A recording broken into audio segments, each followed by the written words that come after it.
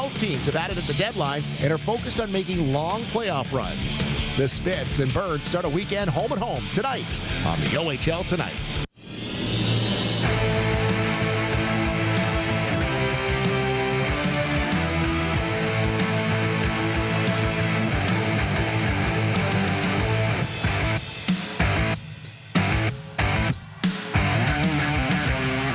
Hockey fans, and welcome inside the WFCU Center. It is the OHL Tonight on your TV, brought to you by St. Clair College. A chilly one here tonight and this weekend, but it is hot between the Windsor Spitfires and the Flint Firebirds. So we get a home and home tonight. I am Chris McLeod.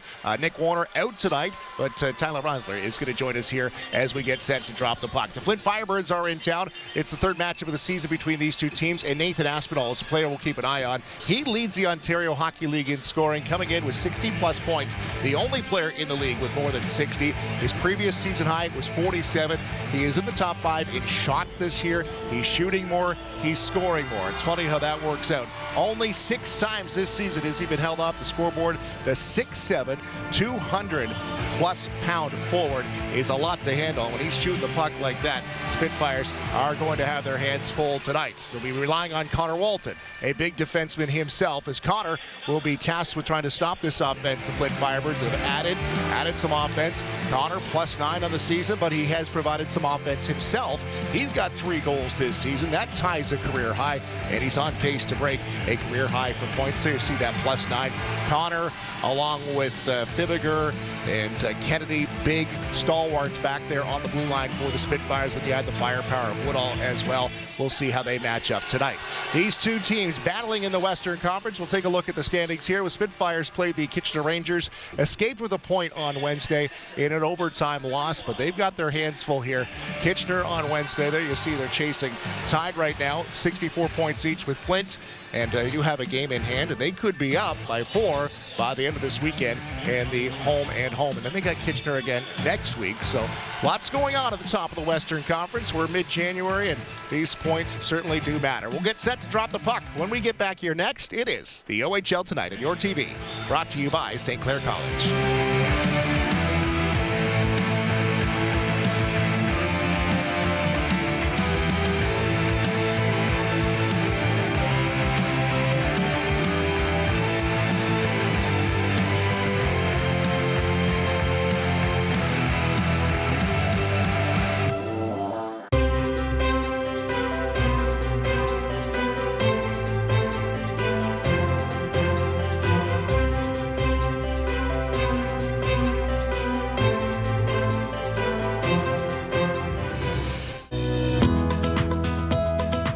I'm Liz. And I'm Kara. We're both registered kinesiologists, and you can join us every Monday through Friday for seated and standing exercise on health and fitness on your TV.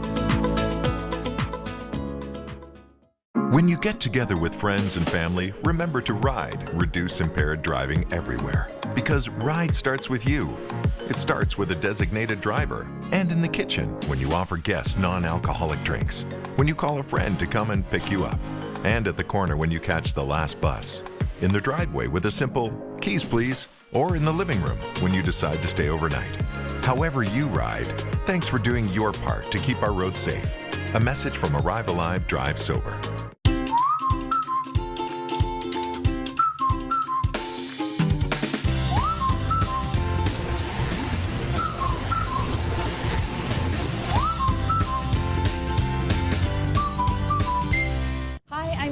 Tune into Low Impact Fitness on your TV.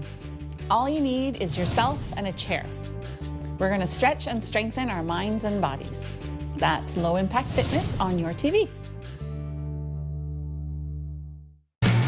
Nowadays, it seems the modern shopping experience is made for those who know exactly what they're looking for. But where's the discovery, the inspiration, the treasure hunt? Instead, what if you could find that special item at a great price, help save the environment, and make a lasting impact in your community? You all set? Well, now you can. Shop, donate, volunteer at your local Habitat Restore today.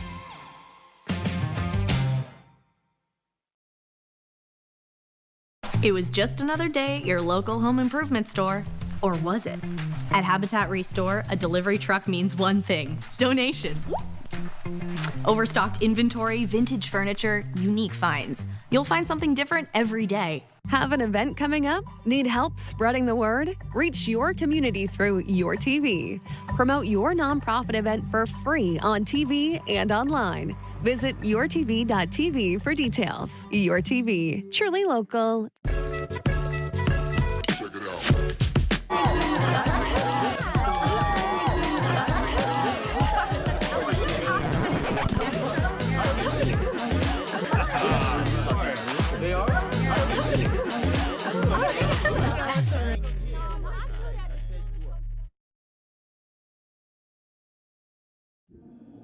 Alcoholics Anonymous. We're here to help. For more information, visit aa.org and download the Meeting Guide app.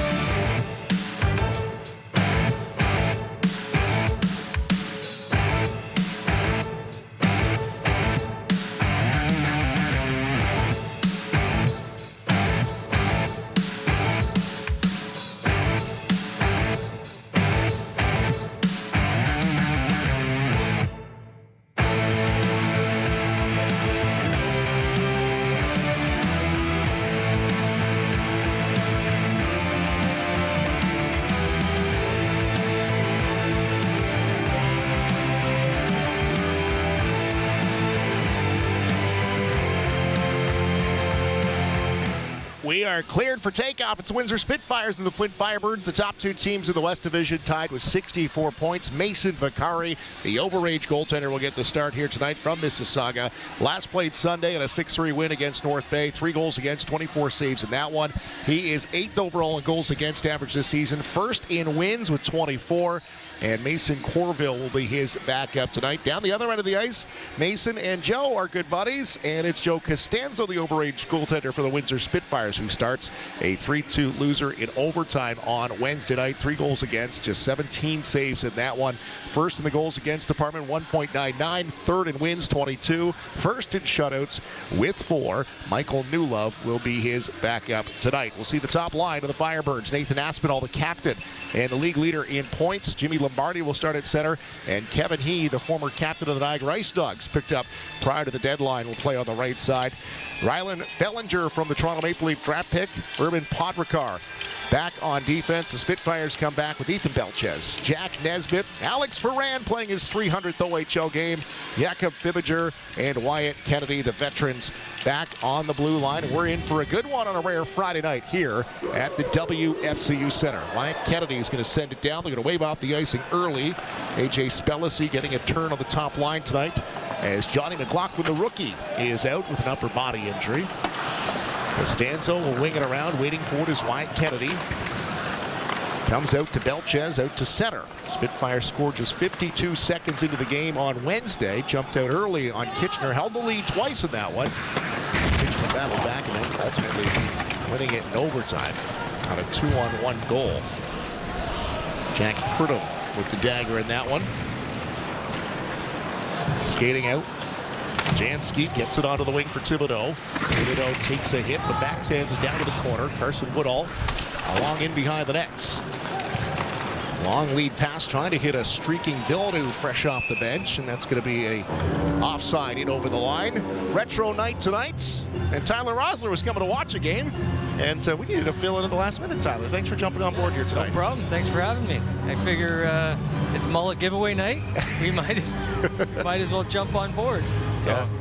Retro night. They've got mullets they're giving away tonight, and they've got these retro tombstone jerseys. Both you and I both said, man, this is the look that both of us fell in love with the Spitfires. I think he pausing with a quick shot here. But this is a look, the Spitfires and those tombstone jerseys that bring you back to the old Windsor Arena. They do, yeah. The days of Steve Ott and yes, in the group back downtown. It's nice to see those jerseys, and I'm sure the players, it's always nice as a player too to start, you wear the retro jersey and get a little different look and a nod to the past. Yeah, they're sharp.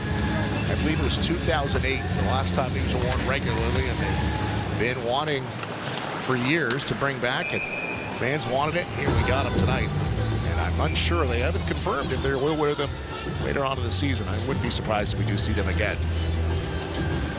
Early shot there. The Firebirds come in 45 games played, 64 points, 6 overall in the OHL power rankings, down 4 spots after last weekend. Spitfires, 44 games, 64 points. They have a game in hand. One less win than the Firebirds, 30-29. Like we said, Spitfires playing Kitchener on Wednesday, and then a back-to-back with Flint. That's a great litmus test here after the trade deadline. Ferrand on the right side, his wrist shot well wide. Davis trying to keep it in. He's going to have to track back to center.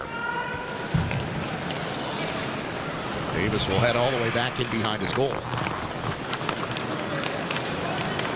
Davis out to center, gets it to the line, and they hold on. Garden right in the middle. He gets a shot off. Bakari kicks it away. Ethan Garden centering this third line with Ferrand and Davis on the wings, and they'll switch it up here. They'll get the fourth line over the wall. As we said, Johnny McLaughlin out of the lineup, so Caden Harvey moves back to play center with Nathan Games getting into the lineup. And Belchetz McKeish, who had his first OHL fight, was the second fight in the stoppage and was out of the game early on Wednesday, but he's back in the lineup tonight. Held his own nicely in that one. Knocked down at center, and now taken away, back it over the line. Tessier was there trying to get ahead. It's going to be tipped ahead by Games. Now here comes McKeish. Lone man rush, a 1-on-4.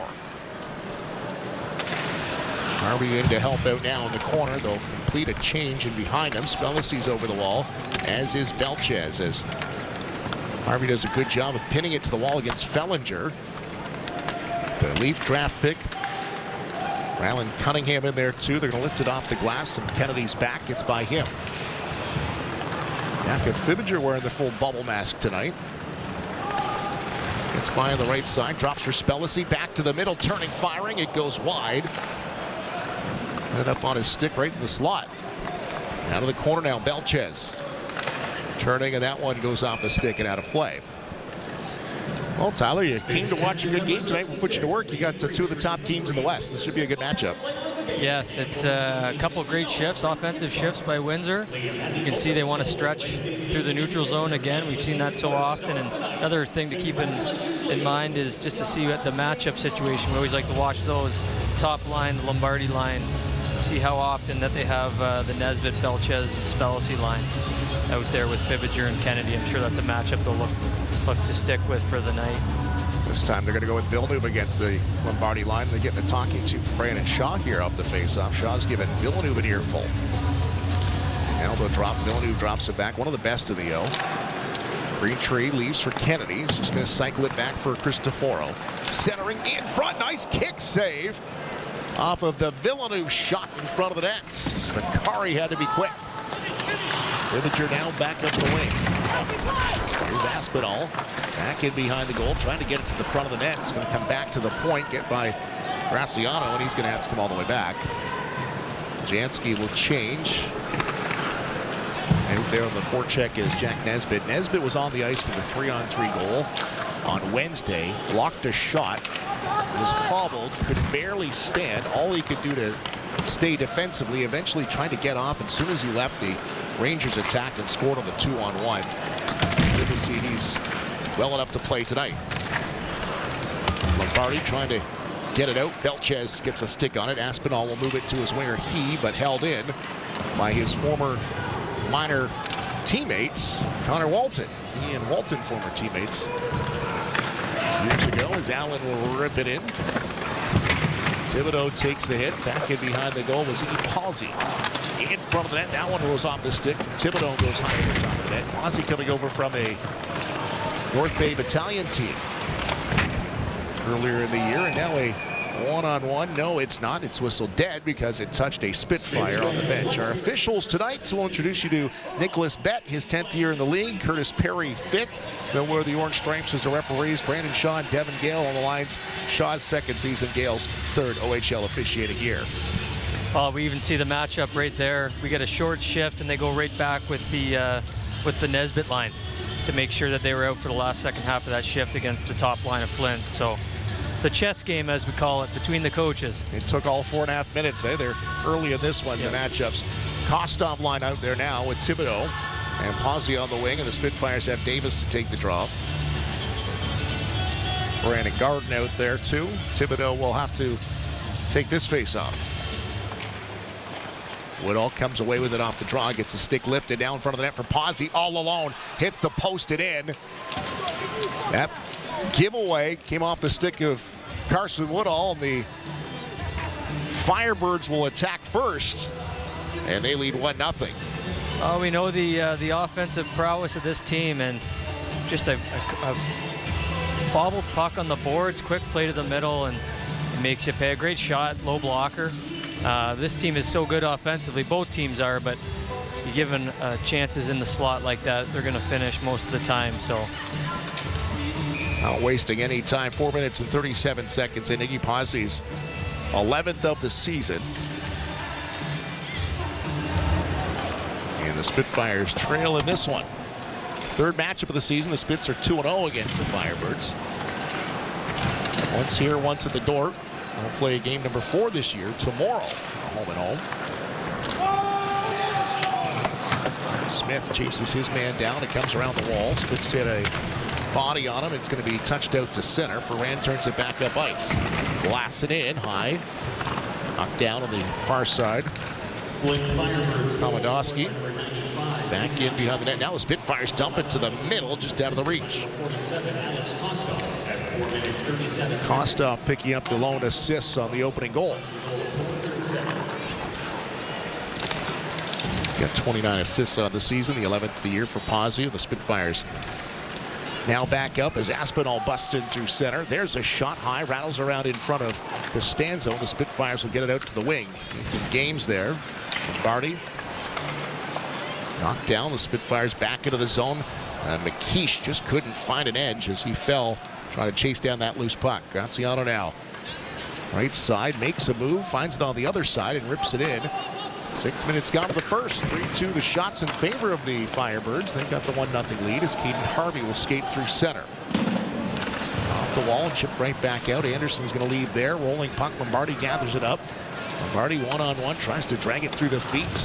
Now sent back to the middle, is going to find its way to the stick of Thibodeau. Thibodeau looking through a screen, and Costanzo looks around and he holds on, and we'll get our first stoppage of the night. Firebirds up 1-0. OHL Tonight, your TV, brought to you by St. Clair College.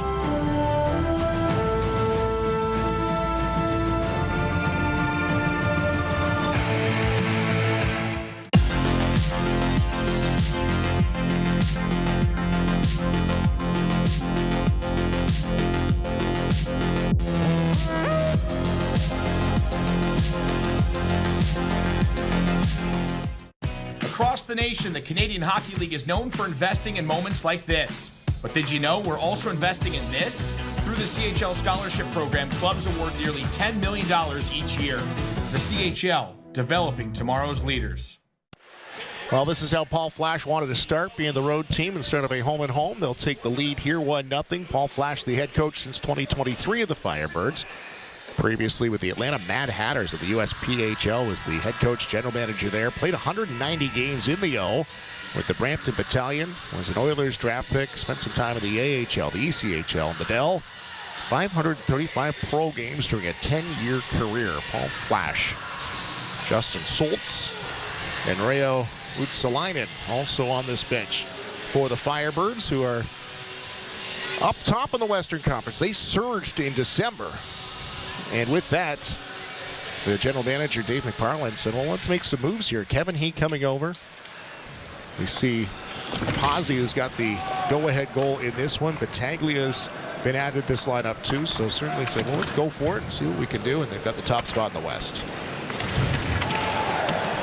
That's going to be a penalty, and the Spitfires will go to the power play. Podrakar knocks Greentree down from behind.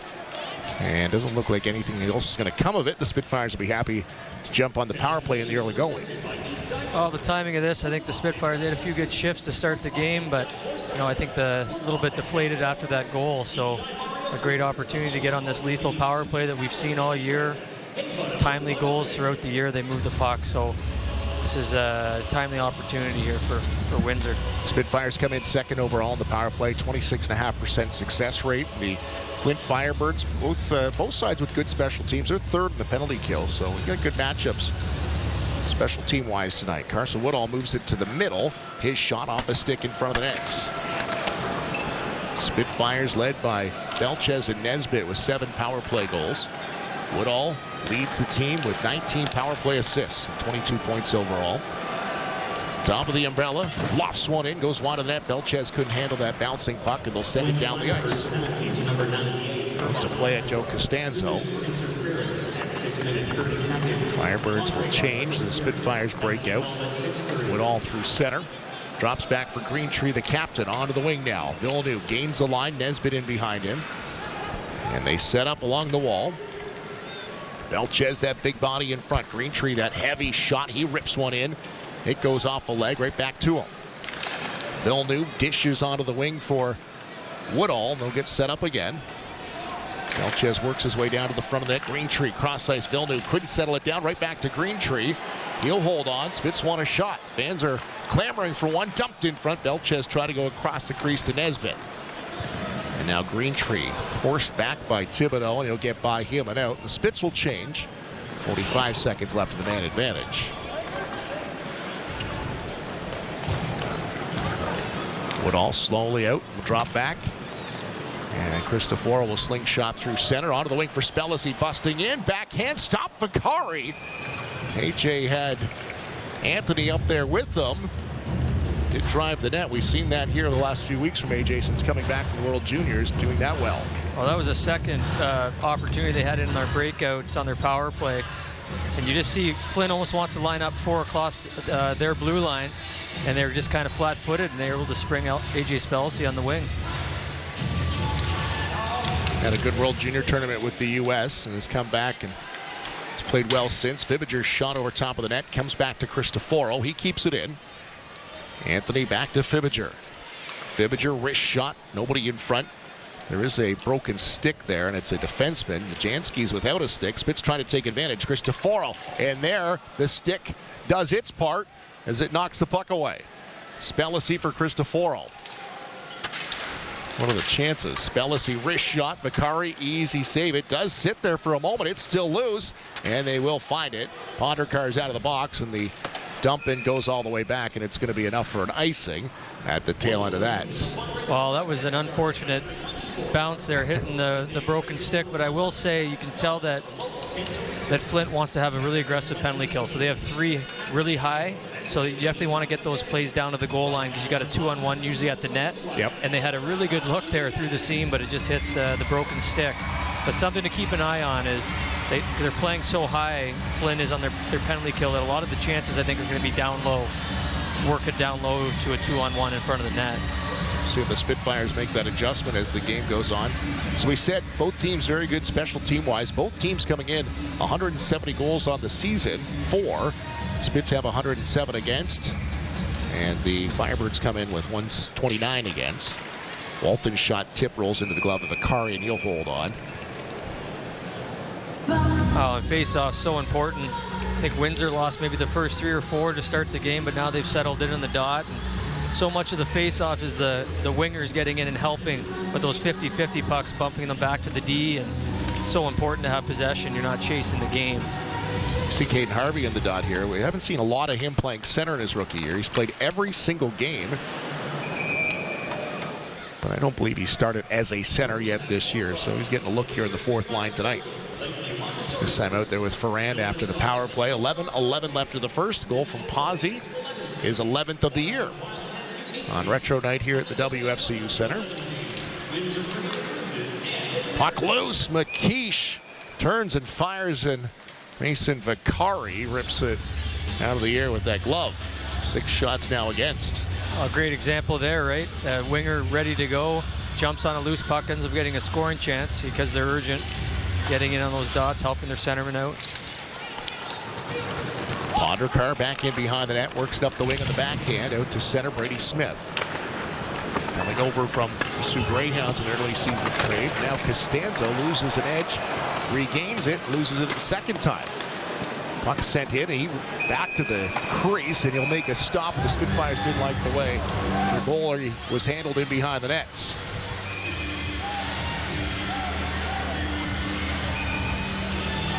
Yeah, we've seen so many times in these games, a lot of times the gray area when the goalie gets the puck, those goalie exchanges, sometimes they're not clean. Almost look like, if we get a good look at it, Joey Costanza just kind of lost his balance. I don't know if he was either, a lot of times there's signals, either the D will split off and you'll make a direct pass, or sometimes they'll say to keep it. Okay. They'll just leave it there for the D to round the net. But I don't know if it was miscommunication, but no worse for wear. Hustled back to the crease to make a save there. He's got 5 against tonight. He allowed the 1.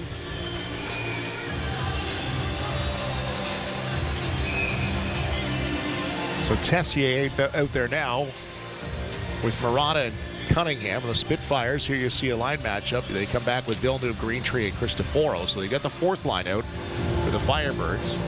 A couple rookies out there. And the Spitfires come back with some vets trying to take advantage. And that's the benefit tonight, being the home team, and then it'll be the opposite tomorrow when they go back to Flint. Jansky, he'll lift it out to center. And we see the Firebirds quickly make a change, and they'll come back with their top line. Brown wristed in. He waits on the far wall. Spitfires Robinson, near side for Brown. Towards net, knocked down there. Cristoforo couldn't get a shot off. Now Jansky will get it out to center, knocked down out of the air by Brown.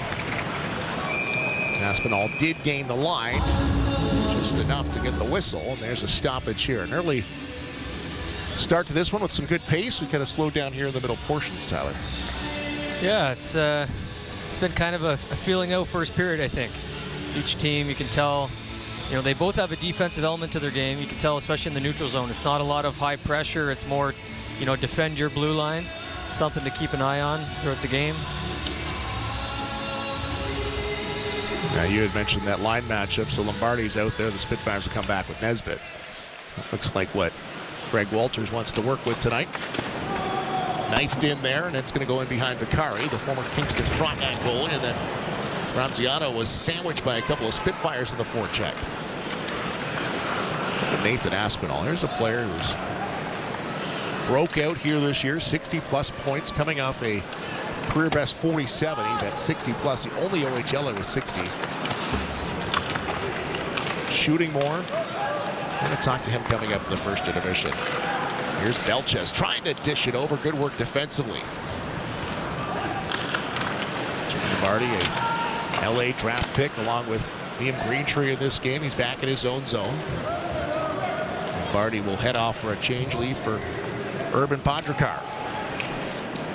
Coming up to 9:22 to go in the first. We're halfway through. The Firebirds open to scoring here, 1-0. That puck got by a couple of Spitfires, and they're back in offside as Pazzi turns the corner, and on the far wing was Kostov, who blew a tire. Gives the Spitfires a chance to gather it up.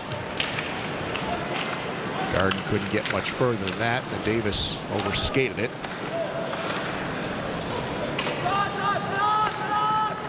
Walton's back, forced by Pazzi. Walton trying to get ahead of Steve. That's a lot of big man there through center, and now he's going to stay in on the forecheck. He's going to give Podrakar a bump. Puck comes loose to the side of the net, down to Aeneas Ferrand. 300 OHL games for Ferrand. Former first-round pick by the Hamilton Bulldogs, traded to his hometown of Sudbury, and then coming to Windsor on his birthday, as he was traded on January 5th. Finishes his OHL career in a Spitfire uniform.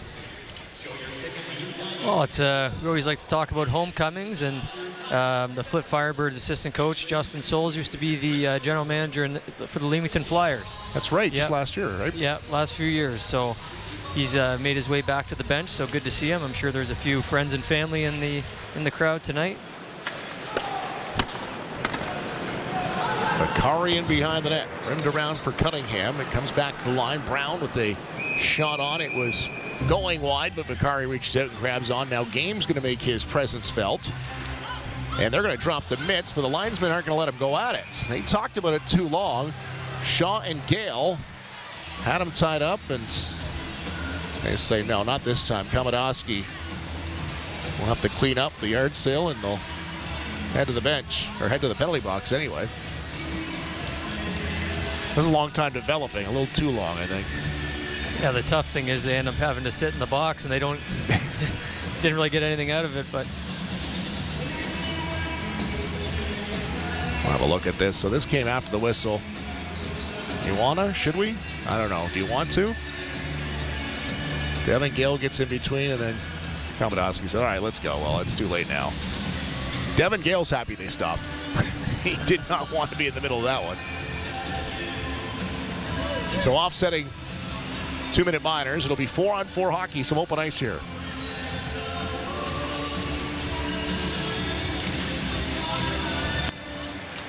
Lombardi back in behind the net. So it's Villeneuve and Greentree with Lombardi and Aspinall.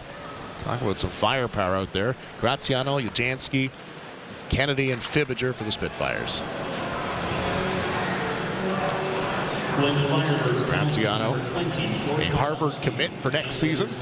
Leaves for Ujansky, and he'll dish it on the wing for Aspinall on the backhand. Back for Ujansky, and it gets by him. But the first to retreat is Lombardi. He'll circle. The Spitfires will bring on Spellisy and Cristoforo.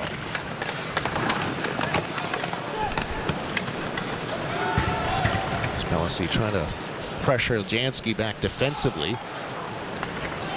It's Aspinall on the wing, rink wide. It's left there for Podrakar, but a minute gone in the 4-on-4. Now Jacob Battaglia coming over from the Kingston Frontenacs. Shot is blocked by Fellinger. Battaglia, a Calgary draft pick. Fellinger's in deep. That's the defenseman. Cristoforo will turn away from Kevin He and dish it back in behind net for the overager Wyatt Kennedy. And heads up, that goes knifing up and about 15 rows in behind the bench. And we'll get a stoppage for a puck out of play. Well, these 4-on-4 situations are always nice for offensive players. You get a little bit more room to kind of operate, and it's always nice to get out there in the 4-on-4 situations. It's more of a man-to-man coverage, and you can beat your guy usually up ice. Usually have a pretty good scoring chance. So offensive players are always relishing the opportunities to go up 4-on-4. We've got 30 more seconds to play with it here as Battaglia will circle back in behind his net, watched by Belchetz and Nesbitt. Along with Kevin He is out there too, the former captain of the Niagara Ice Dogs. He can wheel on the wing, a Winnipeg draft pick. You don't want to give him too much open ice. Belchetz in his feet. Can't do much there. And it'll be Kevin He will grab a gear, and here he comes up ice. Driving wide. He shot. Thought he got a piece of Costanzo. It gets up and out of play. Just 1 second. Kamadowski and Games ready to come back out here in just a split second. They'll join their teams on the ice after the puck drop.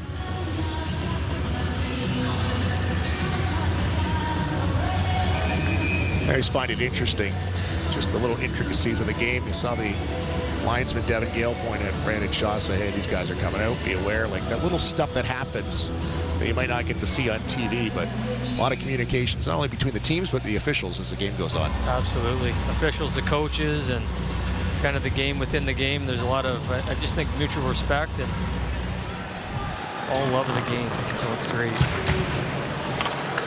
Both players stay on the ice. Kamadowski finally makes his way to the bench. His games will now 2. He left it there, dropped off, and Garden drives down the wing, going to the front of the net's Davis. Garden gets away from his man, and then all alone in front was Ferran. Just couldn't get a stick on it.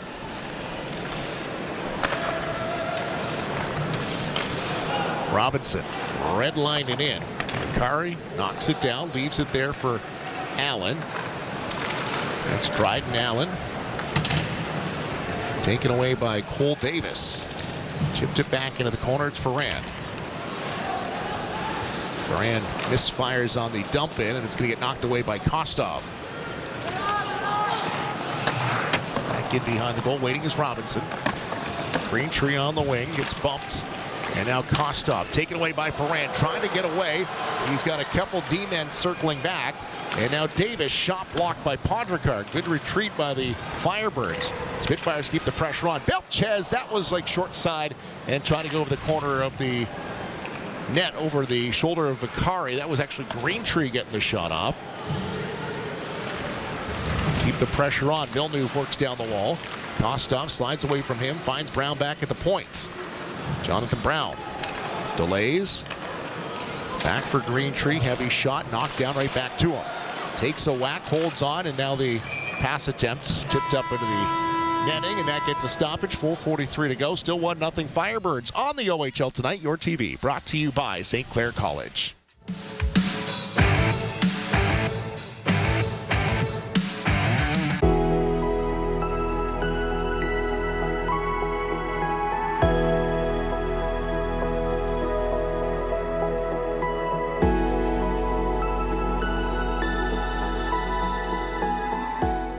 Maybe you've heard that the only people who shop at Habitat Restore are contractors. But actually, many of our customers are homeowners or renters, DIY enthusiasts, treasure hunters, or anyone looking for that great deal on a unique find.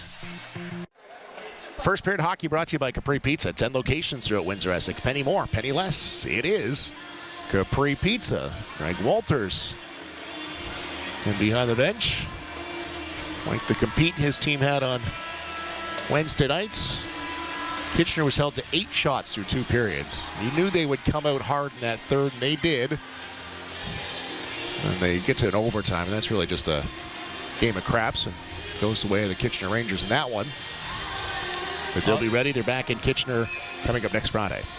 And I love Windsor's last shift there before the TV timeout. That's what they need to get back to. Deep pinching. They have the horsepower. They're a very deep hockey club. I think they just need to start attacking and just kind of open up and play. They've looked a little tight for the most of this period, but so dangerous when they're on the attack and they're moving. And you know, they had several looks in that offensive zone there. That's what they need to get back to. That's when Windsor's at their best. All 5 guys involved in the offense and just come at you in waves. Greg Walters felt the same thing. He's stuck with that top line. Even though it's the top line, they've been matching up the Nesbitt line against Lombardi. They're going to stick with Villeneuve here. Greentree and Cristoforo. 4:33 to go in the first. 1-0 Firebirds. Matchup of the top 2 teams in the West Division. 1-3 in the Western Conference. Cristoforo scores, and the Spitfires take flight off the faceoff. Like you said, and they're tied at 1. Well, that's a set play right off the faceoff. You can see Villeneuve's going to pop it through. Cristoforo just heads to the back post and makes no mistake over the glove. But yeah, that's usually a set play that's set up. You see they lined up the winger behind the center so that Flint thought that they were actually going to draw the puck back, and they baited him in, and just a beautiful execution. Cristoforo looking a lot like a forward, doesn't he, Chris? He's playing great up front. He might be there to stay. Anthony Cristoforo's 14th of the year, 40th point. Still listed as a defenseman amongst the top scorers in the top 5 there, but he has been spinning with the guys on the other end of the bench lately. And on this line here, the top line for the Spitfires, and they tied it at 1. And that's been a bit coming there, Tyler. They've been having that push, as you said, last few shifts. They've had some zone time, get some looks. Davis trying to get to that loose puck, and Podrakar chips it away. Garden out there now with Davis. Ferran goes to the front of the net. Davis comes off the wall. Walton's teed up and ready. They're going to fire it back in behind the goal. Spellacy chipped it wide. Actually, that was Brown coming in to chip it wide. Anderson drives into the zone. Nathan Villeneuve off the faceoff as we see the assist goes to him. 32 now on the season. Podrakar back in behind the nets. Well, you had mentioned those faceoffs, so important. The Spitfires set one up and they execute it to perfection for a tie score at 1. Battaglia now lugs it through center. He's going to dump it in wide of the goal. Charlie Marotti on the forecheck, the future Michigan State Spartan. Nesbitt to a streaking Spellacy like that, driving the net in front. There's a shot. Belchetz on the doorstep. Vicari keeps it out. Well, another great opportunity. We see it so many times this year, AJ Spelcy just using his speed wide. Anytime he's in top flight, just kick it out wide to him because he's going to be an offensive threat. We've already seen this a couple times tonight. Makes a great play wide in front. Great scoring chance by Belchetz, and they're back. This is Windsor's style of play. This is they're starting to play their game, and they're so hard to defend when they're playing like this. It's fun to watch. So AJ busted in there. And second time already tonight he's done that and caused a havoc in front of the goal. 17 minutes gone. We're tied at 1. AJ knocks down the clearing attempt. Chip back in for Belchetz. Lajansky works it ahead. Kostov. Down the wing now. Pozzi, that's to the blue paint and tipped away by the Spitfires. Belchetz muscles his way out to center.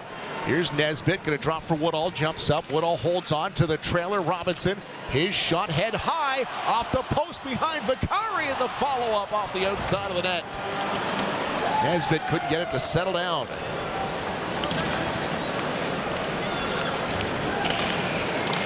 Kostov back, the Spitfires peppering the front of the net. Held in Nesbitt momentarily, and it's going to bounce out to center, and then it's going to bounce to the Spitfires. Nesbitt back on the offense, going wide. Can't bring the puck with him, though. Tries to get it back for Woodall. He's got to retreat quickly as here comes Kostov jumping into space. Thibodeau trying to skate into a loose puck. He does, and kept out by Costanzo. Thibodeau did a good job of catching up to that. I'm not sure Costanzo knew exactly where it was. One thing for certain, it's not in the back of the net. Oh, that's an exciting shift right there. And you see Windsor, this is after, you see Joey Costanzo just made a great sprawling save there. But at the other end of the ice, you see the Spitfires so dangerous on the rush, but they actually hit their 5th guy. It was their defenseman late, and they're so offensively sound. They're so dangerous on the rush. They had a couple really, really good looks there. Big save by Joey Costanzo. Yeah, and the Spits then win the defensive zone faceoff, and they work it down to the ice quickly. As Cristoforo gets by his man Ponderkar. Greentree back to Kennedy. He'll fire one through, and another shot off the post. The third of the period. The third of the last 2 minutes for the Spitfires. Cristoforo on the right side. Ponderkar gets to it first. And now Lombardi fishes it ahead for He. One-on-one with Fibiger. Tries to go inside out. Still controls. Back down in behind the net. Leaning towards Lombardi. Trying to center. It'll be Anthony Cristoforo. Fibiger does all he can. Now gets it ahead to Cristoforo. He's got Greentree on the wing. Gains the line. Drop back. Villeneuve. Former Sudbury Wolf. Gets surrounded quickly by a couple of Firebirds. 1 minute to go in the first. Komodowski. And there the Spitfires hard on the forecheck. Getting involved there. Now Kevin He gets a bump from his old buddy Connor Walton. That puck's going to go up and out of play. And 43.9 seconds left in the first. Well, the Wizards really got Flint on their heels the past few shifts. Well, when their D are pinching, keeping those plays alive, they're hard to play against. Flint this period has almost been very opportunistic, just kind of taking away, waiting for a mistake, and then quick counters. We've seen a couple opportunities from them. Really, the only offensive chances they've had has been off, quick turnovers and transition. We're tied at 1, winding down the first. Puck at center. Davis rimmed it in, or tried to anyway. He got knocked down by Garden. Bill Brown with the follow-up. Back in behind the net, waiting there. Ponderkar, stick lifted. Garden providing the pressure, and like a high stick caught McKeish. It's actually going to be an interference. McKeish on the losing end, and Graziano will get a 2-minute minor. The Spitfires already 0 for 1, go to their second power play, which will continue into the second if need be with 20 seconds left. Yeah, we'll get a look at it here.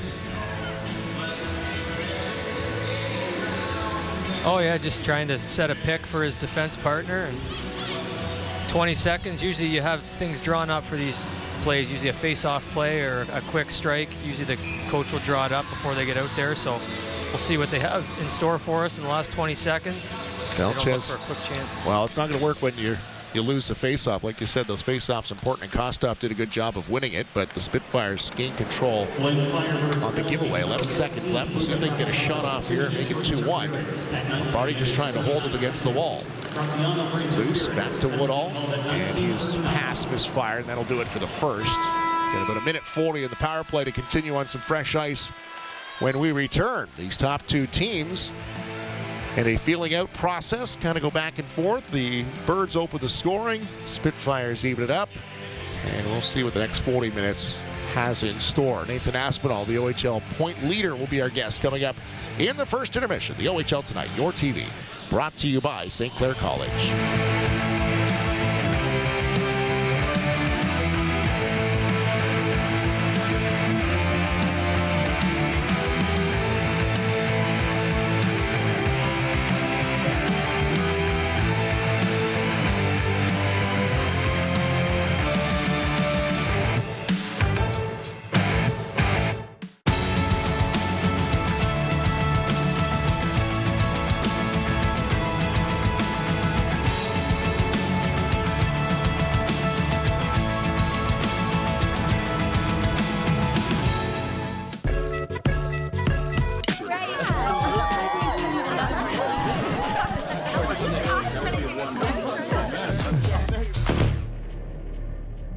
Alcoholics Anonymous. For more information, visit aa.org. Please enjoy 30 seconds of nature, brought to you by Ducks Unlimited Canada.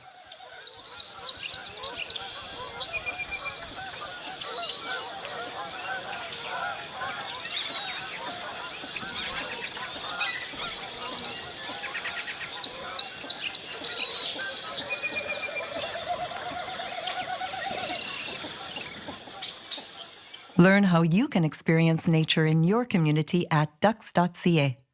Hello, I'm Chase Cottrell, volunteer of Your TV.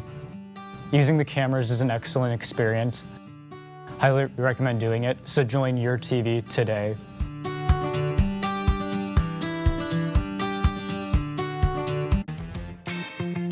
At Habitat Restore, each visit is a new adventure full of possibilities.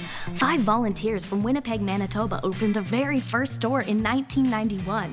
Since then, it's attracted individuals, businesses, donors, and volunteers who are all passionate about making a difference in their community. Because all Habitat Restore proceeds are used to build Habitat for Humanity homes in the local community.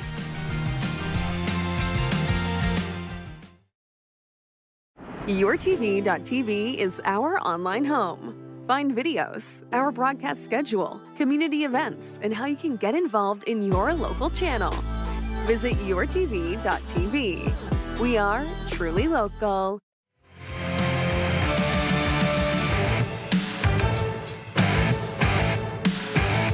First intermission at the WSU Center. It is the OHL Tonight, your TV, brought to you by St. Clair College. Captain of the Flint Firebirds, Nathan Aspinall, joins us here in this first intermission. Nate, you come in here to Windsor, a battle for the top spot in the Western Conference. How important was it for your team to score that first goal tonight? Yeah, I think the starts to the games are huge. I think it's a really important goal, and we just got to keep going forward.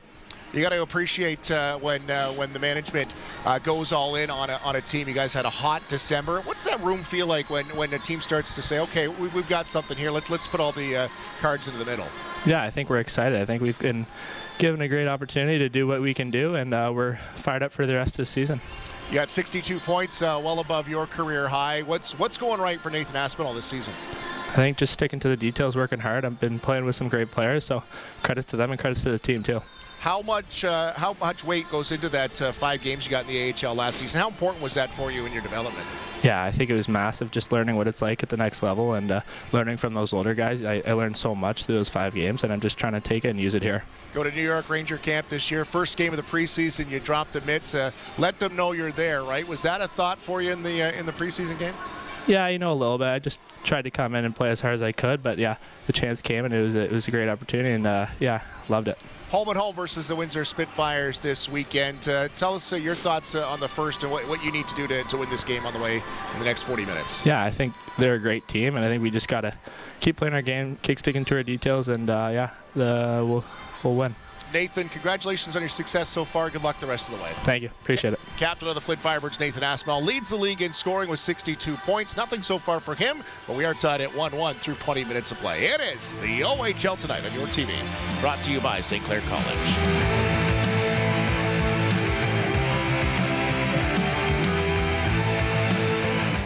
Your call has been forwarded to an automatic voice message system. At the tone, please record your message. Hey buddy, I'm just making my way home now. I picked up some takeout. Not too many cars out, so I should be back soon. I know how much you like soggy egg rolls. I also stopped by George's place. Knows you're taking up baseball this summer, so he got you some stuff. We'll break that glove in this weekend. What do you say? He might have gotten you something else too. I guess you'll have to wait till I'm back. Love you, buddy. I'll be home soon.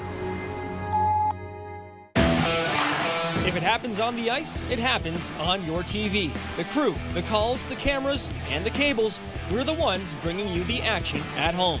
We are the OHL Tonight. We are your TV, and the OHL lives here. Hi, I'm Adrian McConnell. I volunteer for your TV because I do the audio board for Spitz games, sometimes help in the studio, and I made new friends and helping out some of the co-ops. We are looking for good neighbors in our very own backyard. On Plugged In, we celebrate wonderful people doing great things in our community all the time. Now we're creating a Good Neighbor Award. You can check out more information on yourtv.tv, and winners will receive some prizes and a certificate of recognition.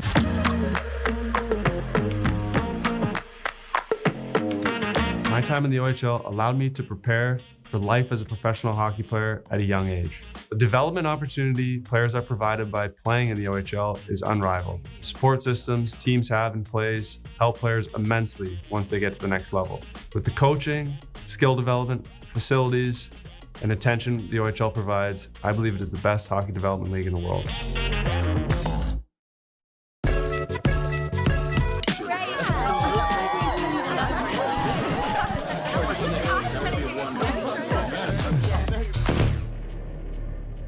Alcoholics Anonymous. For more information, visit aa.org.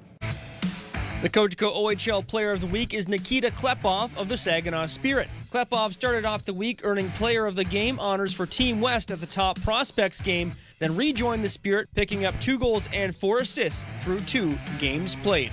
Your Kojiko OHL Player of the Week, Nikita Klepov.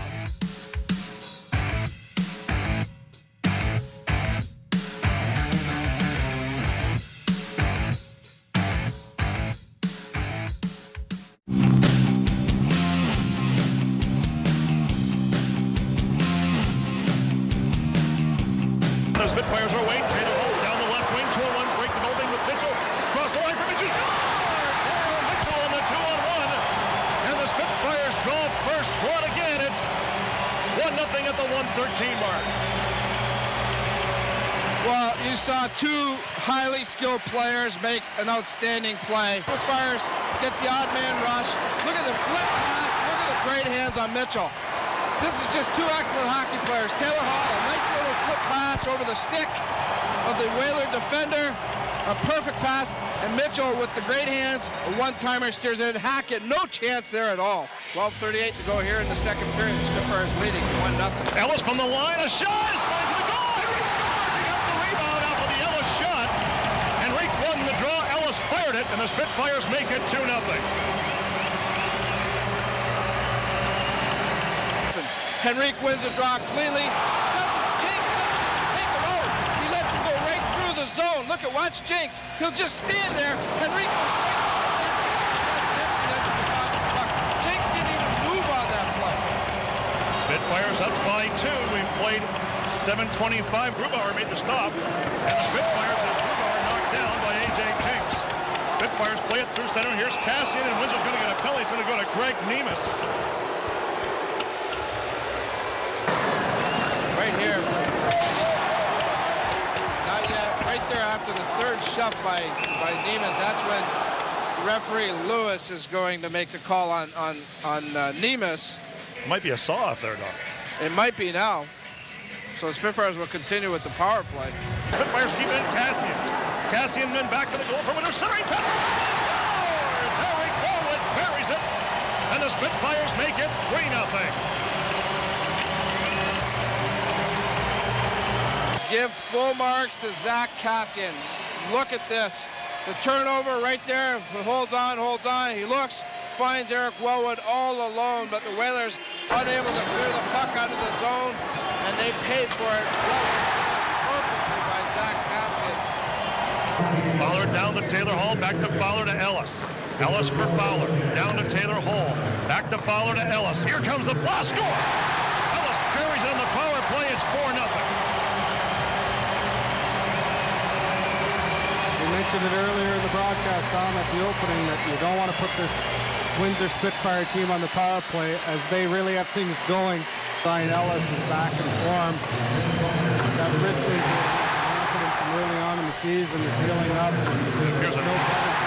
Appears to be the thing of the past, Brian, that's for sure. Definitely got the and now Bellucci has been tossed from the game. I believe Mike Bellucci has been tossed from the game. 11:54 will be the time of the goal by Ellis and also the expulsion of Mike Bellucci. Again, you got to wonder how much of this frustration is actually directed at the officials. I think that Mike Bellucci's very disappointed as well in the performance of his team tonight. I don't think they've shown up and competed the way a normal Mike Bellucci coached. Enrique back to the point, it comes to Nemes. Nemes passing to Ellis. Ellis in the slot to Timmins, the shot, the goal, they score! Dale Mitchell carries it. It's 5-0 and this one's over. Well, what better time for Dale Mitchell to really round his game into form here. We talked about Scott Timmins a little bit. You know, he wasn't on his game earlier in the season. Those are two guys that have gone through a very similar route to get to this point. Both were pegged to be in the American Hockey League this year. Scott Timmins has been huge in this series. Dale Mitchell fantastic here tonight. And those are two guys that you really want going. Spitfires a two-man advantage for the rest of the game. Harry Young passing to Nemes. Down it goes to Mitchell, looking for Wellwood. He took a high stick from Mahalik and it's rolled up and down the ice by the Whalers.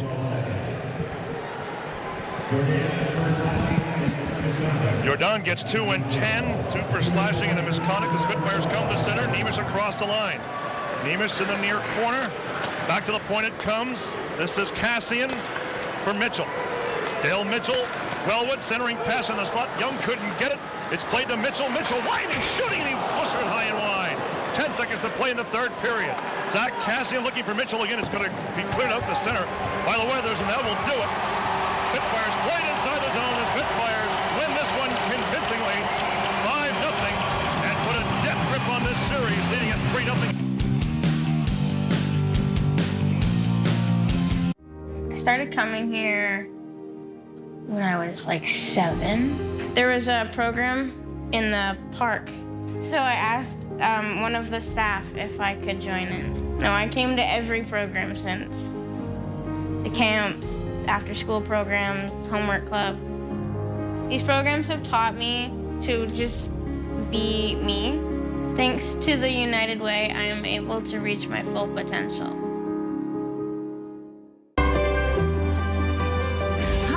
Josie Alicia, your host for Travel Through Time. I know you've been watching it. We have another episode coming up featuring the Park House Museum, so be sure to tune in.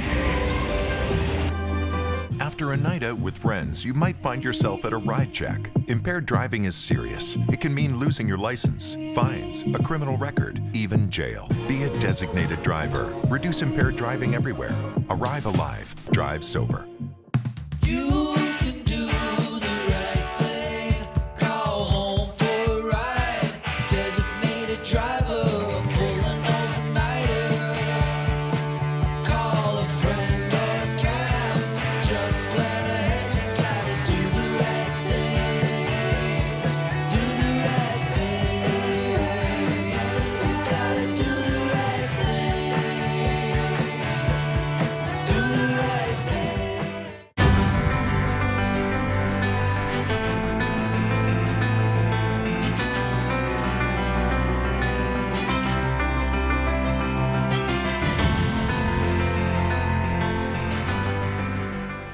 When I do becomes I'm done. Talk to the family law experts at Drake Law. Divorce doesn't have to be a fight, but when there's a lot at stake, call Drake. DrakeLaw.ca.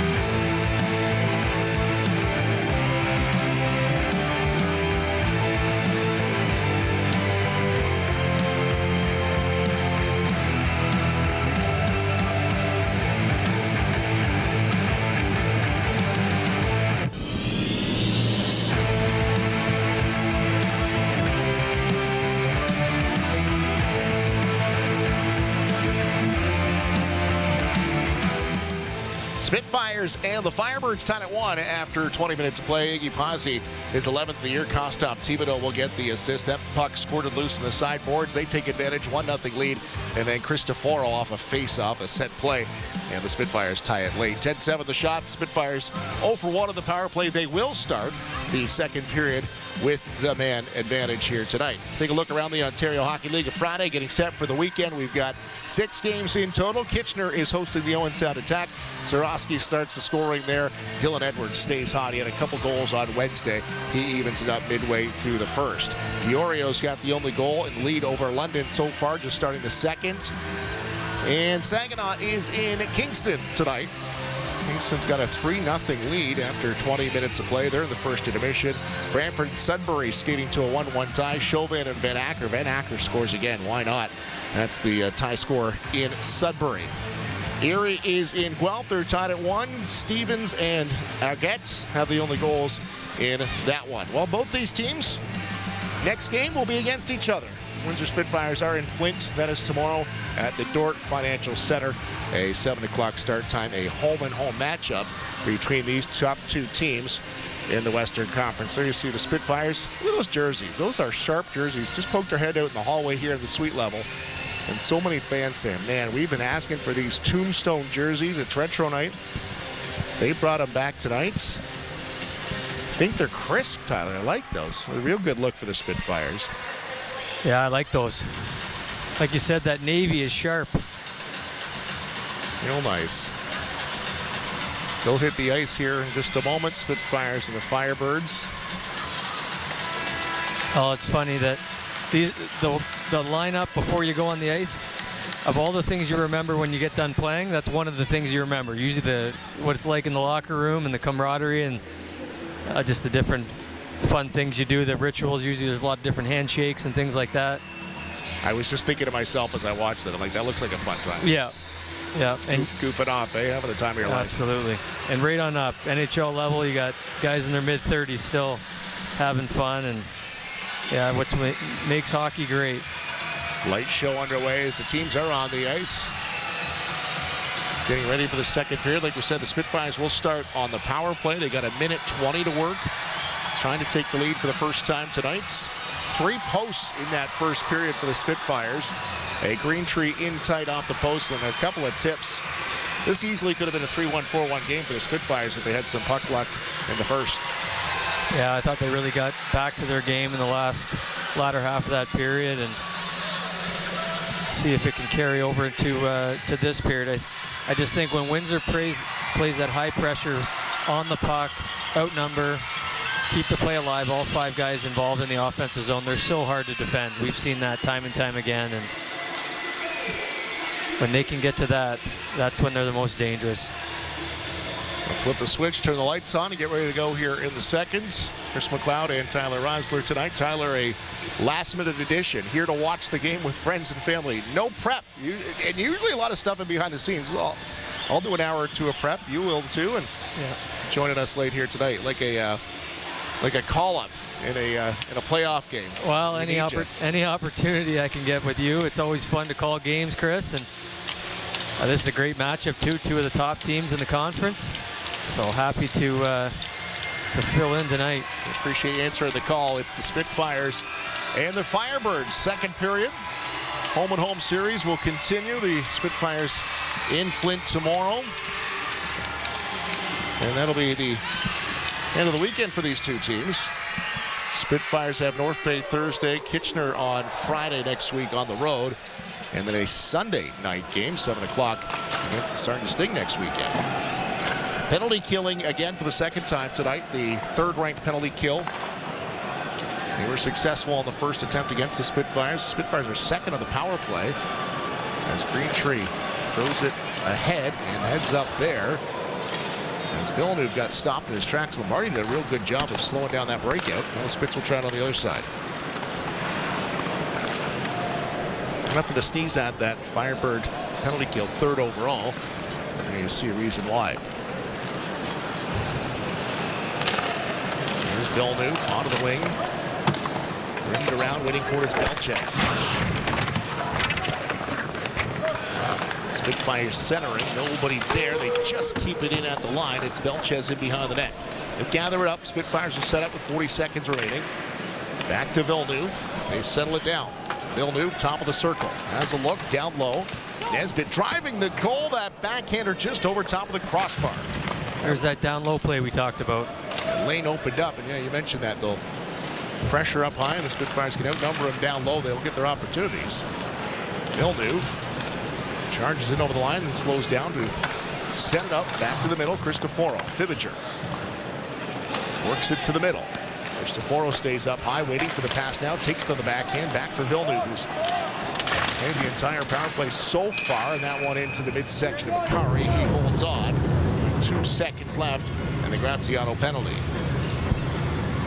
Well, you see a few adjustments on the breakout. Windsor usually likes to bring it up and then drop it back to guys with speed, and typically Flint would keep all their guys back, but actually they had 2 guys jump. They almost get a breakaway off of that. So you see those little minor adjustments in between periods that the coaches will make with their systems, and Windsor, you could tell they weren't expecting them to jump there on the drop pass and almost got a break out of it, and then they work that play down low. Windsor in the zone, get that puck down low where they're gonna have 2-on-1s at the net, and they had a great opportunity to walk out in front. There's very few things that surprise teams anymore with video and the way they can view games. So you saw Flint make an adjustment, see how the Spitfires work in that power play successfully now twice. Spitfires are 0 for 2. And that's going to touch up on the Spitfire bench. A slow start here in the second. Not even 2 minutes in.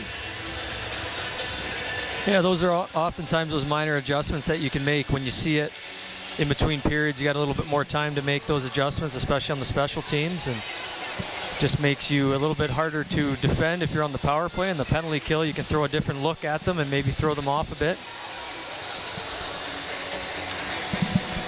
Fibiger drops back for Kennedy. Ferran will punch it in. Lajansky back out at first, up the wall. Fibiger. Again, there you see the pinch. Can't hold it in this time. Kostov intercepted by Garden on the back check. And now Kennedy back in behind the net. Lead pass tipped in by Garden. Davis will provide the forecheck. Ferrand on the other side. Lajansky the outlet, and here come the Firebirds. Ozzie through center. Driving the net was Dryden Allen from the blue line. That gets by Kostov and outside the zone.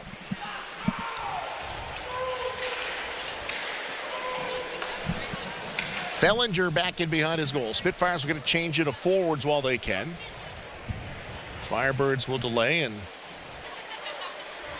circle back and neutralize. They're going to try that long pass, get it up to Kostov off his skates. Spellacy turns it around quickly. And now the Spitfires in on the offense. That was Belchetz with a tip just wide. Loose in front. Greentree, quick shot. Bakari stretches out and kicks it to the corner.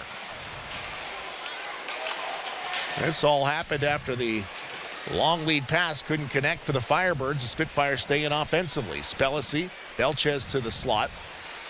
AJ turns around from the pressure, and it's going to be Woodall down the wing. Finds Greentree in front. Can't sneak one by Bakari. What a seeing eye pass from Carson Woodall across the ice. Out to center. Iggy Pazzi's had some hop tonight. The only goal for the Firebirds.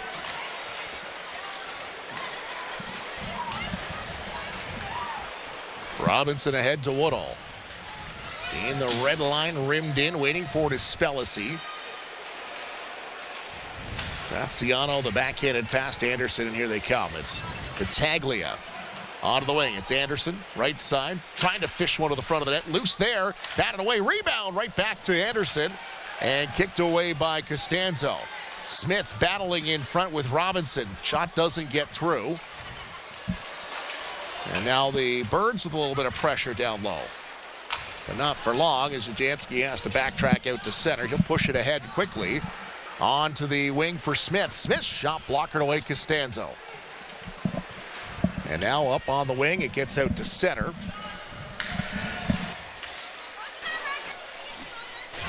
Pondrakar back into the corner. Lajansky, long pass. That's going to miss the mark, and it's going to be an icing with 15:19 to go. here in the second. Lots of time in this one. We're tied at 1. Well, another great shift by Windsor. Turnover, AJ Spelcy with the speed, sets up an opportunity, and then they have a couple different looks by keeping plays alive, and it's Windsor Spitfire hockey at its best right there. And then it comes down the other way, and Flint almost capitalizes. But Mason Vicari has played very well through the middle portion of this game. He's made a lot of point-blank saves. In behind the net is Cristoforo, gets tangled up with the referee who's in there low. Spitfires, Villeneuve poked off his stick. Now he's going to bat it back down. Villeneuve playing on the wing now with Nesbitt.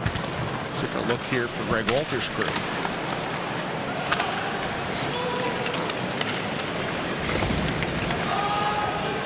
And Jonathan Brown circles back in behind the net. Fire drill happening at the Firebirds bench. They finally complete the change. And the Spitfires get it ahead off the stick of Villeneuve. Seattle draft pick. Far side, Brown with the pressure comes down the wall. Cristoforo in deep.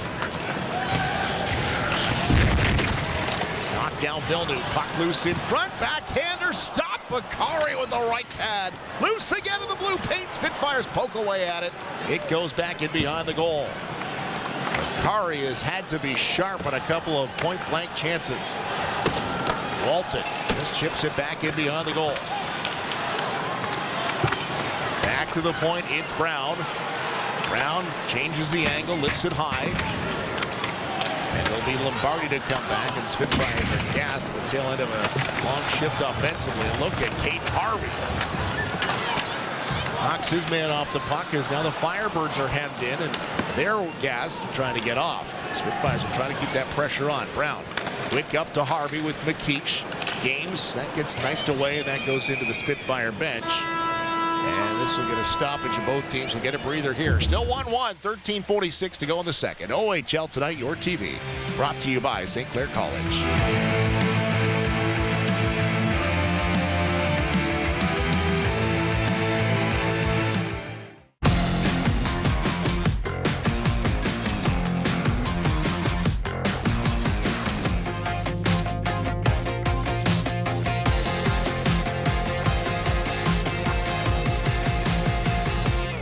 When I do becomes I'm done.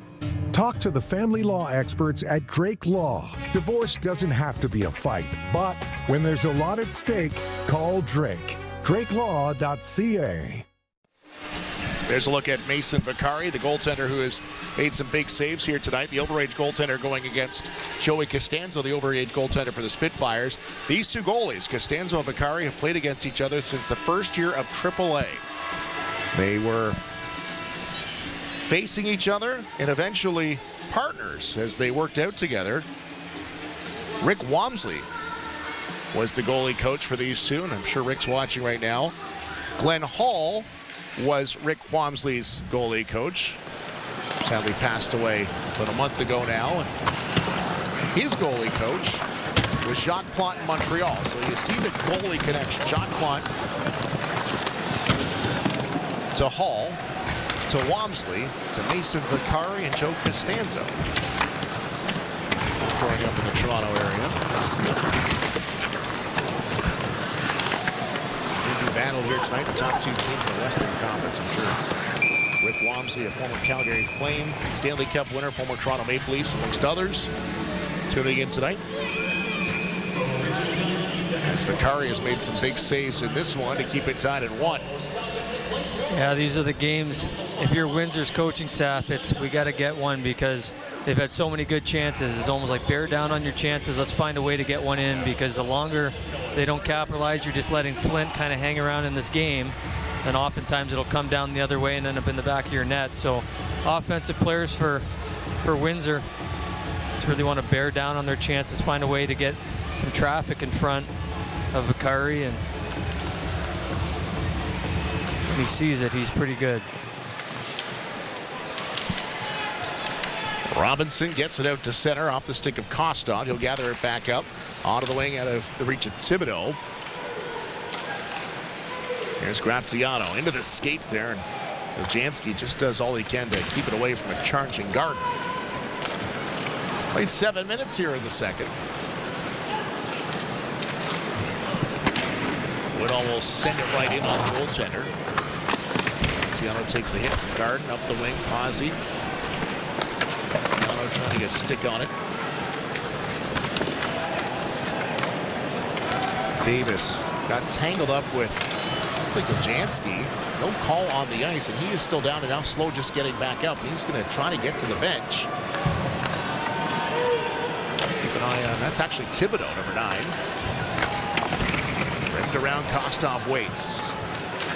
Poked ahead by Robinson. The Spitfires get control. Anderson Woodall sees an opening, and he'll go for a skate onto the wing for Belchetz. Settles it back down, drops it for Ferrand. Does a great job just to gather it up, and then sends it on goal for a chance. Jansky gets it to the line, glove down Robinson, keeps it in.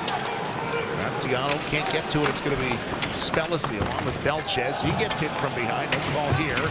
And out to center is Smith. Onto the wing for Anderson. Now a penalty coming. And it will be against, looks like it's going against the Spitfires. Looks like Nesbitt might be the offender. A charging call coming up here. Well, it's going to be Spellacy. So the Spitfires will go to their first penalty kill. Down a man here with 11:38 to go in the second. Well, if you're Flint, this is an opportunity to, you know, they've been on their heels, I'd say, for the whole period pretty much, and change the momentum with a power play goal. See, both special teams have been very good this year on both sides of the puck. So good opportunity for Flint to capitalize on a power play.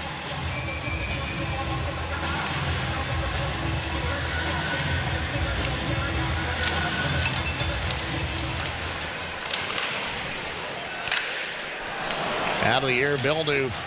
That left-handed power swing sends it for an opposite field double and a clear. Spitz fans thought they should be on the power play, but they always will. Don't agree with that call. That comes back, and now the Spitfires trying to break away. Greentree couldn't settle it down. And now they're back in over the line. They can put some firepower out there. Kevin He from an angle fires it into the chest of Costanzo. He'll hold on, and some pushing and shoving after the whistle. Kostov leads this team with 8 power play goals. Pondrakar with 10 assists with the man advantage. Oh, we've seen Windsor to be dangerous on the shorthanded. One of the league leaders in shorthanded goals, and they do play a little bit more of a conservative style when they kill, but when the puck is loose and it gets shot down, they give their players free rein to go attack. So something to keep an eye on through this. If you're Flint, you want to make sure you take care of the puck, because Windsor will come at you even on their penalty kill.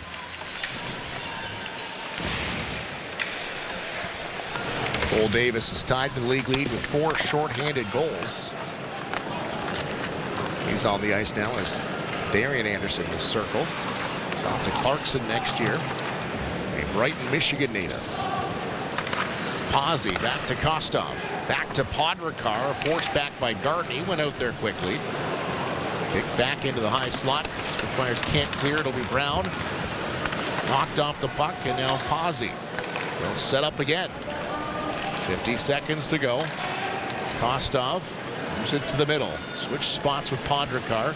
Dishes down, that goes off the stick of Pozzi. The Spitfires trying to get to it. They can't. Gonna dish it down low, and Kostov with a shot right on. Costanzo extends out to make the save. Ripped back in, and that one goes wide, right back to the point.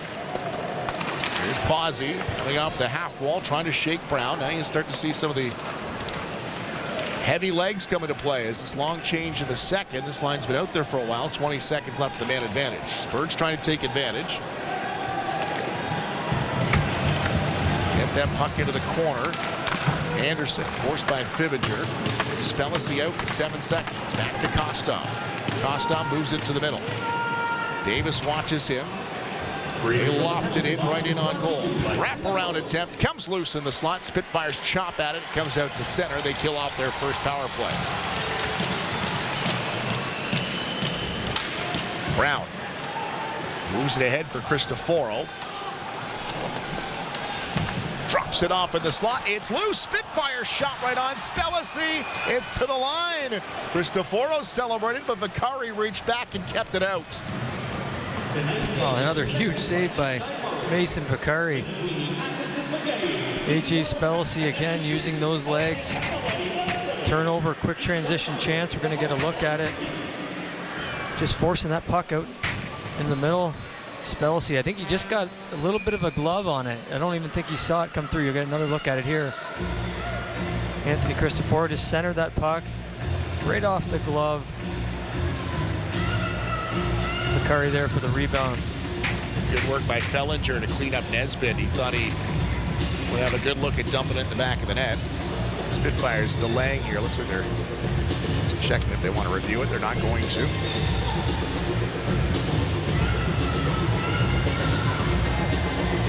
Nicholas Bett giving them time to organize. Spelcey, Nesbitt, Cristoforo against the Lombardi line, and they're really shuffling up lines here in the second. We've seen a couple different looks.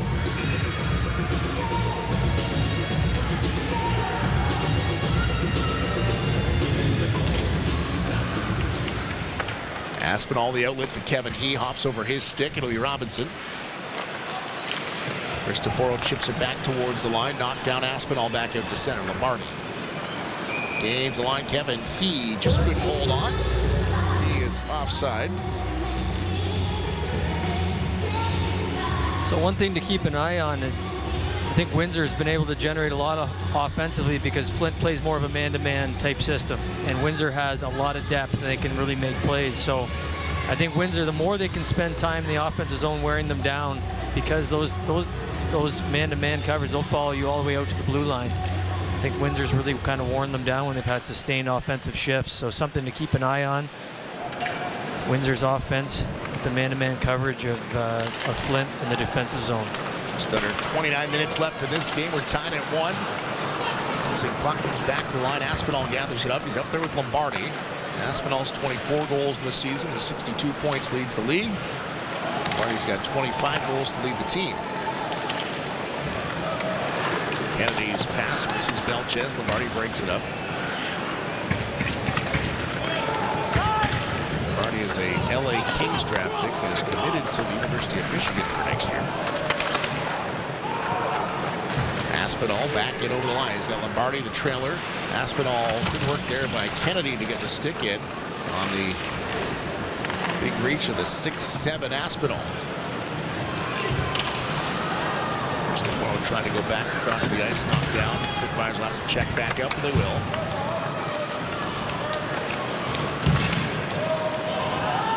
Poked into the corner. Connor Walton forced back by Brady Smith.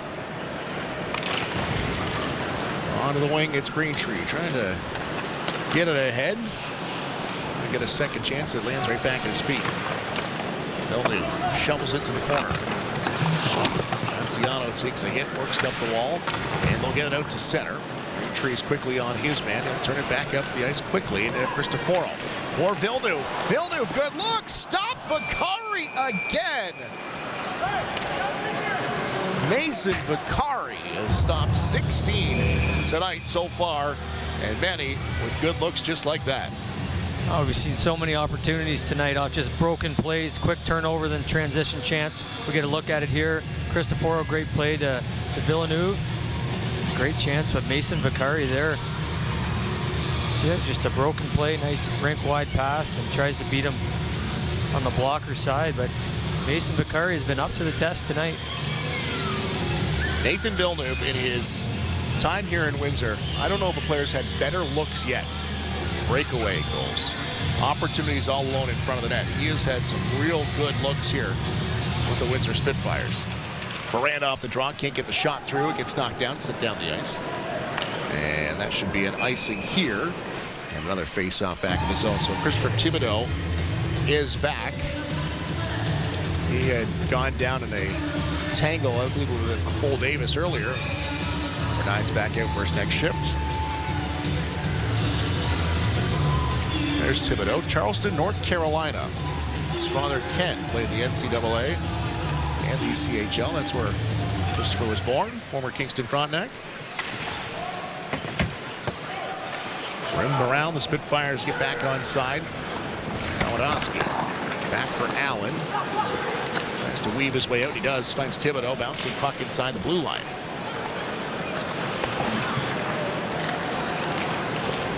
Garden, touch pass, gets it ahead to Ferran. They bust through the neutral ice quickly, and the Spitfires get it in the corner. Here's Davis. Davis trying to feed it back to Woodall. Bouncing puck has to exit. Retreats to center, and now pressured with Thibodeau. He's got Kostov with them, and that pass goes right underneath the stick. Good look there for the Firebirds.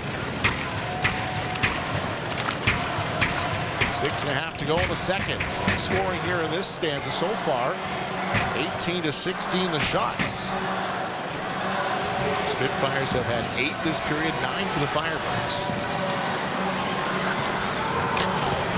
Long pass, Charlie Marotta off his stick. Fibiger will chase it down on the backhand into the corner.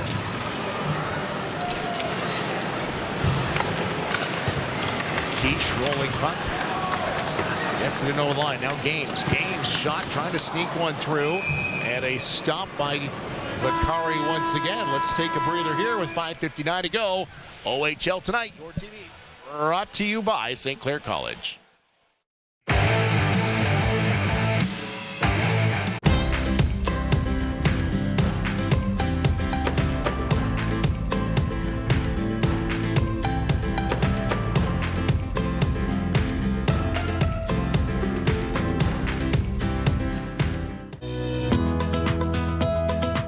I'm Liz. And I'm Kara. We're both registered kinesiologists, and you can join us every Monday through Friday for seated and standing exercise on health and fitness on your TV. Second period of hockey brought to you by Capri Pizza. 10 locations throughout Windsor, Essex. Penny more, penny less. It's Capri Pizza. There's Urban Pontrekar in behind Charlie Marotta there. Pontrekar from Slovenia. A Niagara draft pick, a first-round import pick in 2023. Pontrekar, overage defenseman. 30 points to lead the blue line for the Firebirds and Paul Flash. Spitfires stay with this fourth line, as do the Firebirds.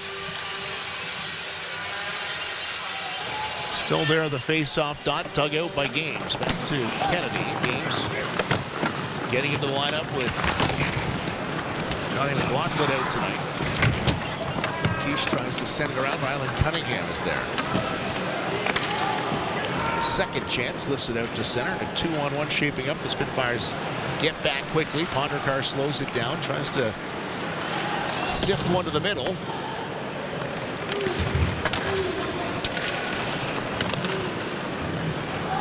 There's Kennedy now, moves it ahead for McKeish. To center, Spitfires come away onto the wing with Harvey. Leans on Graziano, chases it down. Now Graziano loses an edge. Harvey stays with them.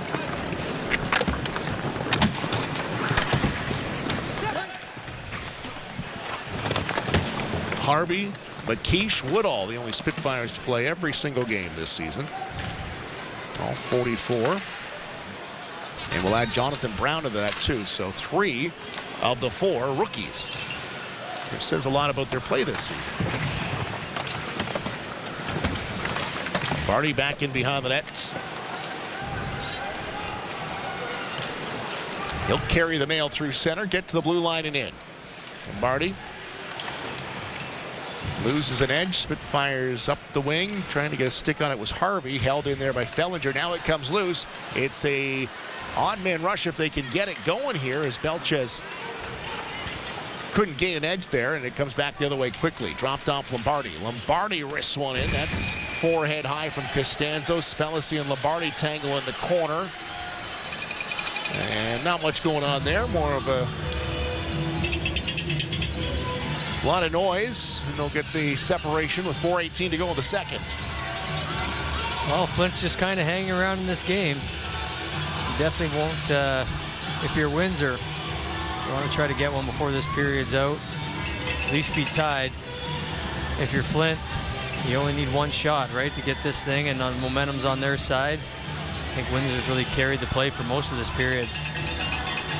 You say that, but I did notice the shot clock's at 2017. They've stuck around, quietly have gone about getting some chances. Yeah, which is interesting. I'd say more high danger chances favor Windsor, but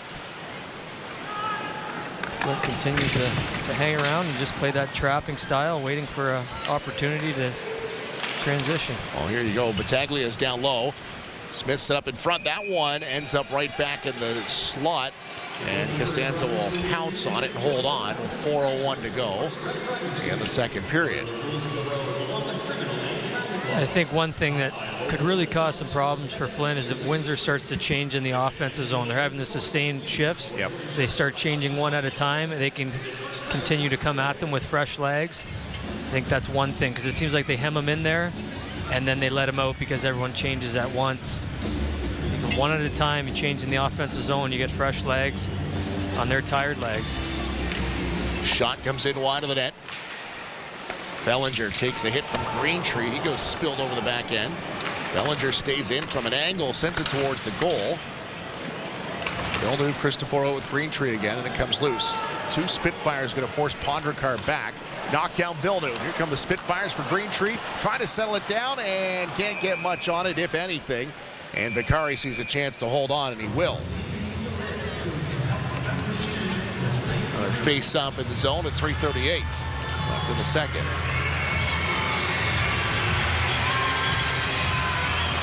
Once Greentree goes for this hit on Fellinger, and just gets out of the way.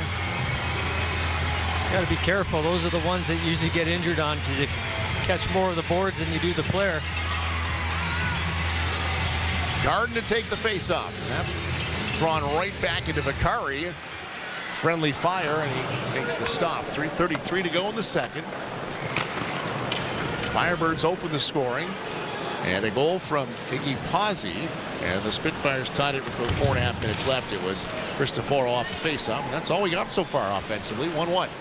Here's Davis. He battles to get that puck away. Now Garden follows up. Penalty coming up to the Firebirds. Dishing it back to the middle. They'll touch. And not enough for control. That's going to go down the ice. That would have been an interesting chance as they whacked at it.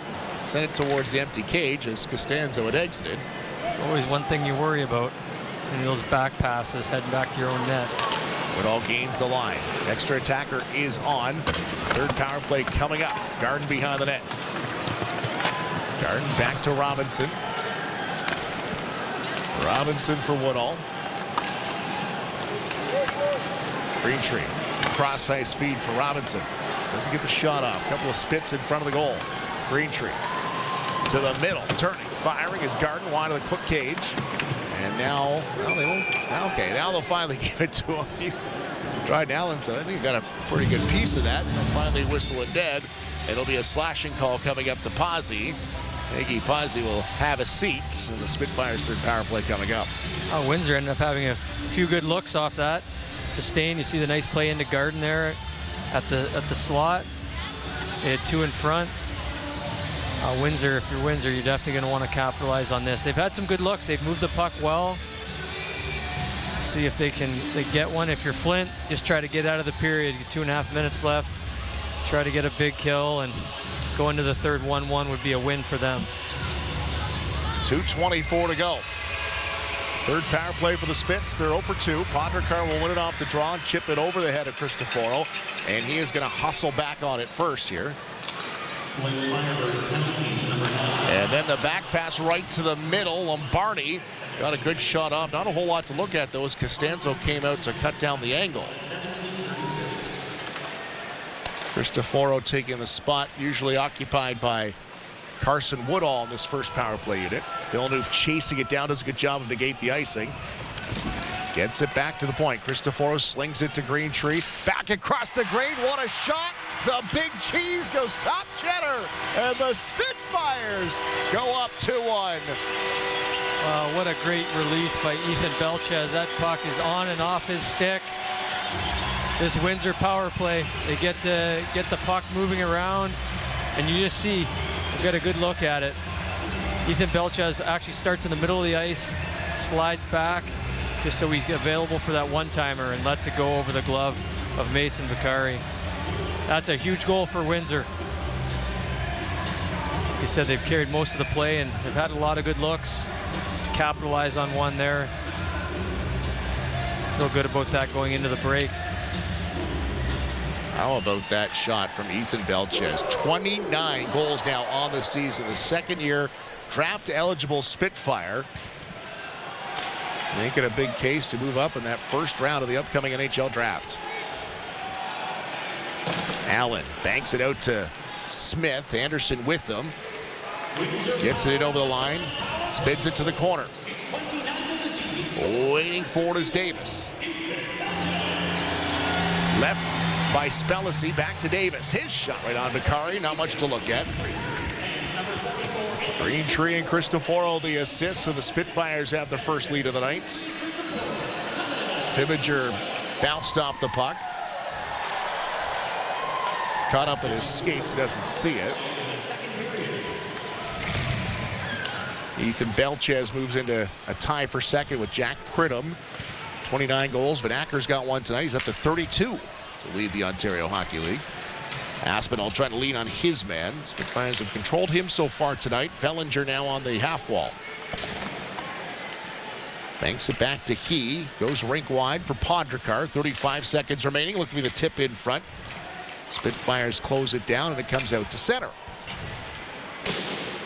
He takes the puck off the bank.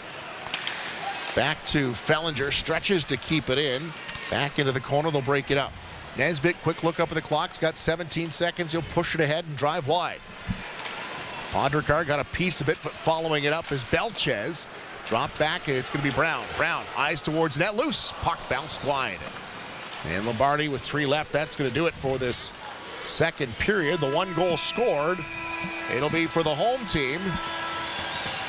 The Spitfires getting one on the power play to make it 2-1 in their first lead of the game, the 29th of the season for Ethan Belchetz. Second intermission is on the way. We're going to talk to Connor Walton coming up. It is the OHL Tonight, your TV, brought to you by St. Clair College.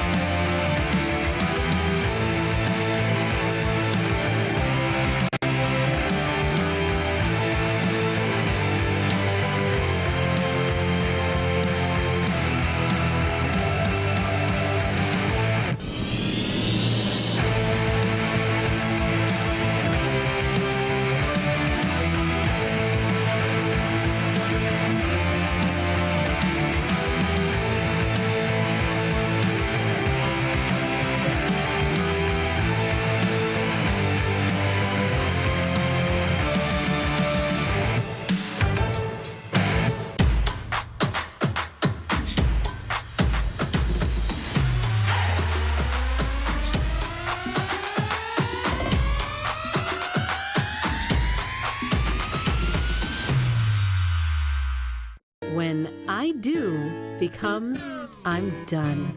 Talk to the family law experts at Drake Law. Divorce doesn't have to be a fight, but when there's a lot at stake, call Drake. DrakeLaw.ca. Ducks Unlimited Canada works with landowners and other conservation-minded partners to improve outcomes for communities and wildlife. Supporting vital ecosystems which contribute to water quality and quantity, soil health, support agriculture and economy, mitigate severe weather events, and provide opportunities for recreational access to nature. Together, we are unlimited. Learn more about programs and partnerships at ducks.ca.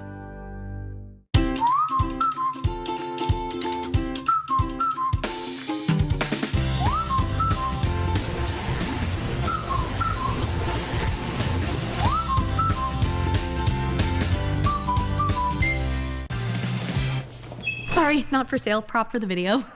It is astonishing how many consumer goods are thrown out every day. We can live so much more sustainably if we relocate these items to new homes that need and appreciate them. This stunning red fabric armchair is a perfect example. Actually, that's a cinnamon velvet swivel club chair. This stunning red fabric armchair is a perfect example. Hi, I'm Ann. Tune into Low Impact Fitness on your TV. All you need is yourself and a chair. We're going to stretch and strengthen our minds and bodies. That's Low Impact Fitness on your TV.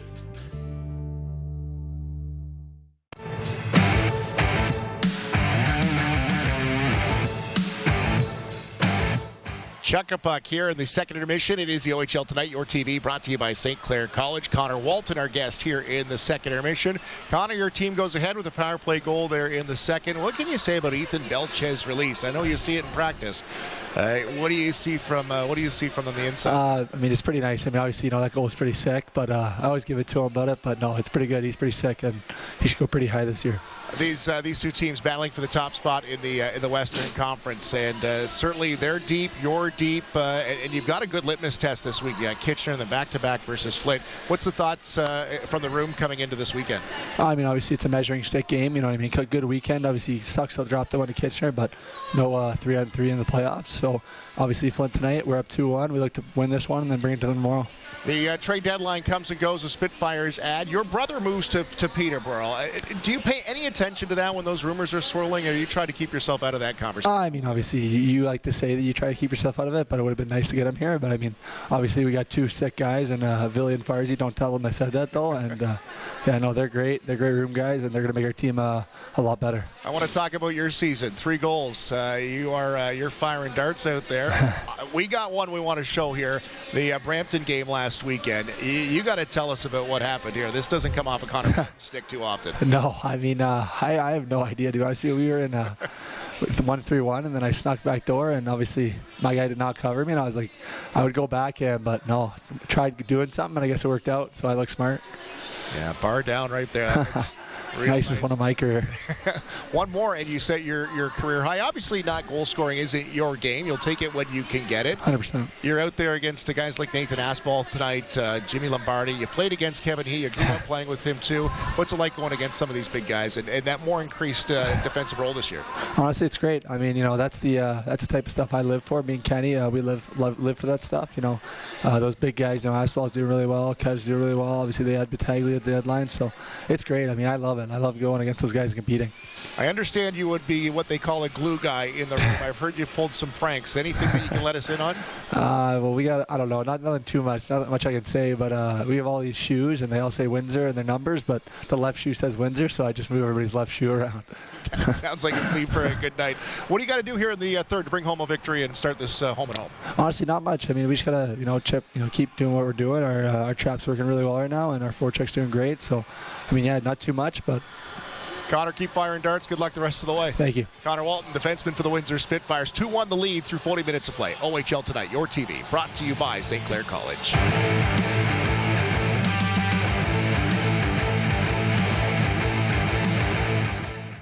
When you get together with friends and family, remember to ride, reduce impaired driving everywhere. Because ride starts with you. It starts with a designated driver, and in the kitchen when you offer guests non-alcoholic drinks, when you call a friend to come and pick you up, and at the corner when you catch the last bus, in the driveway with a simple, "Keys please," or in the living room when you decide to stay overnight. However you ride, thanks for doing your part to keep our roads safe. A message from Arrive Alive, Drive Sober. It was just another day at your local home improvement store. Or was it? At Habitat Restore, a delivery truck means one thing: donations. Overstocked inventory, vintage furniture, unique finds. You'll find something different every day. Have an event coming up? Need help spreading the word? Reach your community through Your TV. Promote your nonprofit event for free on TV and online. Visit yourtv.tv for details. Your TV, truly local. Maybe you've heard that the only people who shop at Habitat Restore are contractors. But actually, many of our customers are homeowners or renters, DIY enthusiasts, treasure hunters, or anyone looking for that great deal on a unique find. Nowadays, it seems the modern shopping experience is made for those who know exactly what they're looking for. But where's the discovery, the inspiration, the treasure hunt? Instead, what if you could find that special item at a great price, help save the environment, and make a lasting impact in your community? You all set? Well, now you can. Shop, donate, volunteer at your local Habitat Restore today.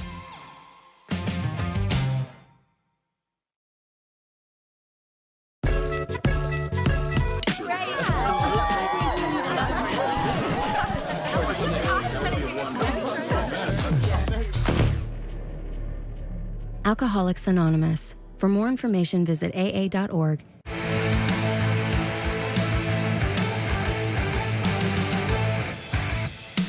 Hi, everyone. I'm Terry Doyle. Welcome to this week's edition of the OHL Roundtable here on the OHL Tonight alongside Tim Cunningham. And Tim, we saw interleague play last weekend with Ottawa and Gatineau battling along with Sudbury and Rouyn-Noranda. Ottawa-Gatineau we've seen pretty regular basis over the years. Sudbury-Rouyn, sometimes it'd be in preseason, but interleague play is something that we saw tried years ago, seeing a little bit of it now. Thoughts on whether interleague play is something we should see more of around the OHL and CHL? Well, I like most of the league initiatives, and unfortunately, this isn't one of them. I think it's from a marketing standpoint, I completely understand it. But from a competitive point of view, I think it gives Ottawa a unique advantage over teams like Brantford, Peterborough, teams are in a race with, because they got to play a Gatineau team that, with all due respect, is in last place in the Western Conference, and the other teams don't get a crack at them.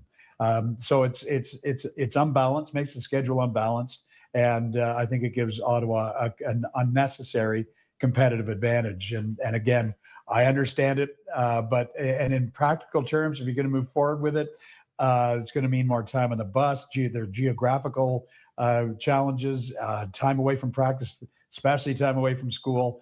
I just don't know how practical this is moving forward. Yeah, and you mentioned advantage for Ottawa. Some years it could be a disadvantage. If Gatineau was a good team, for example. Overall, I've seen this fish before, and I didn't like it then, and I don't like it now. Back in late 90s, early 2000s, we saw a stretch of interleague play. Oshawa played Shawinigan in a home-and-home for a couple of seasons because they were both former Boston Bruins teams. We saw the Peterborough Petes against what was then a Montreal team in the queue because of the old Montreal Canadiens connections. We saw a bunch of this dabbled around. I don't think it worked then. I don't think it works now. Fans want to see their own team first and foremost. And I think other than the rivals, sometimes they don't really care who comes to town unless there's a star player or they know the player from that team. So then too, I don't think there's a novelty of, Victoria Beltigre coming into Kingston, for example, or things like that. The only way I could see this working, if it was going to work, and I can't see whatever, almost like the NBA model where you have a mid-season, let's call it the CHL Cup, for lack of a better term. I'm really going a novelty road here. But if you had some sort of in-season tournament where then it was across all the CHL teams and the games actually meant something and it was going to establish a champion, and you threw all 60 teams across the nation into a hat, basically, all 61 now, threw them into a hat, you drew, and travel. Well, you and I aren't paying for travel, Tim, so I guess we don't have to worry about that. But unless it meant something, maybe for a CHL Cup in season or something, for me, I think the interleague situation, it was tried. I just don't see working. Ottawa-Gatineau is unique because of the geography. They're right there. I get it. I get whether it's in preseason or you want to do it in regular season. But I don't know what you think of my in-season CHL tournament idea. But after that, that's to me the only reason you do interleague. I think the NBA in-season tournament is silly. And I'm sorry, Terry, I think an in-season tournament in the CHL would be ridiculous. Yeah, I did say I like the idea. I'm just saying that if interleague was going to happen, that's the only way where it actually meant something and there was a lead up to it, so that if Sarnia was all of a sudden hosting the Spokane Chiefs to get to the championship final, okay, then it means something. But other than that, I'm with you. Interleague, we can do without. That's where the interesting thing when they come together, of course, in the Memorial Cup and let them play. From that standpoint, back to OHL regular season play in Kieran Walton, the last deal at the trade deadline, 4 goals in his first 4 games for the Peterborough Petes. He's paying off. He's one of the most dangerous scorers in the Ontario Hockey League, and the Peterborough Petes coaching staff have to be pretty happy to get the big guy in there. Oh, absolutely. And he's fit in right away, especially with the 2 Adams, Novotny and Levac. And it's almost like he has found another gear in Peterborough. I mean, he showed flashes when he was in Sudbury. But in Peterborough, he doesn't have to carry the load all by himself like he did in Sudbury for a lot of the time he was there. He's got a lot of support. As I said, he's fit in very well with his line mates. He seems to have found sort of soft areas of the ice. He doesn't have to create off the rush like he did in Sudbury. And he's just, to me, a far more dangerous player and can show his immense skill level with the situation he's in Peterborough. I think it's been an incredible move, and he's going to be a huge difference maker to the Petes.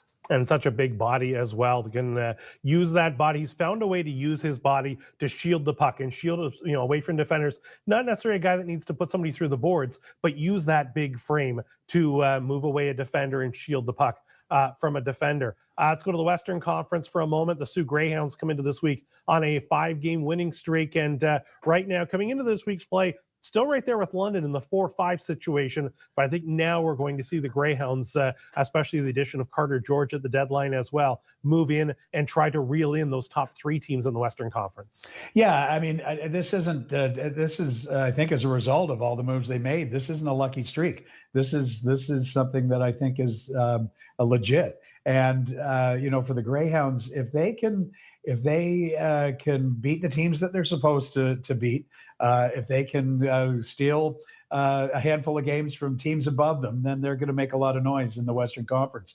But certainly they have the potential, and I like the changes they've made, especially with Carter George, who, as we all know, as Canadians, he's a world-class goaltender. No, I think it's exactly it. I think right now, I don't even know if you call it stealing points against those teams, because I think that's the plan now, is to be among that top 4. Back to the East for a second, Tim. Are we printing the Central Division banner with a Barrie Colts logo on it right now with a 14-point lead coming into this week's play? Or is somebody going to say, hold on a second here? Well, they've certainly built up a lot of what I call point equity with a 14-point lead, but I'm not ready to crown them just yet. I think North Bay is a team that's built for the playoffs and is going to give them some trouble down the road. I'll even throw Niagara into the mix. I think they've got potential. They just haven't found enough consistency yet, but I think North Bay is going to make things interesting. No offense to the others, but I think you can put that Barrie Colts logo, Keyshawn Aitchison and the Barrie Colts capturing the Central Division. But then playoffs, you never know what's going to happen. For Tim Cunningham, I'm Terry Doyle. Thanks for joining us. Third period action coming up next on the OHL Tonight. Any player, regardless of draft status, that plays in the Ontario Hockey League is entitled to a minimum scholarship of tuition, books, and compulsory fees per year played in the OHL. The player's annual scholarship is based on the value of tuition, books, and compulsory fees at the university closest to their home. This is also true for U.S.-born and import players who will receive the identical scholarship criteria but adjusted to reflect their native currency. Hello, I'm Chase Cottrell, volunteer of Your TV.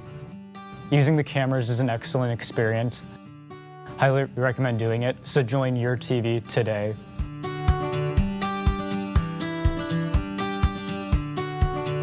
YourTV.tv is our online home. Find videos, our broadcast schedule, community events, and how you can get involved in your local channel. Visit YourTV.tv. We are truly local.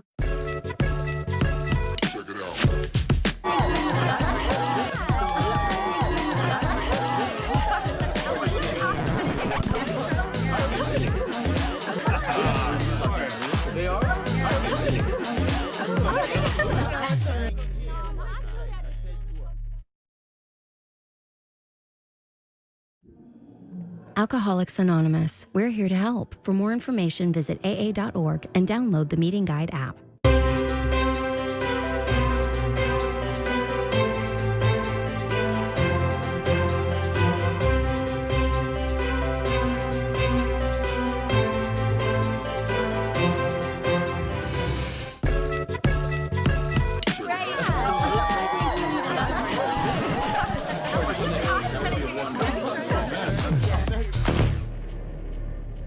Alcoholics Anonymous. For more information, visit aa.org.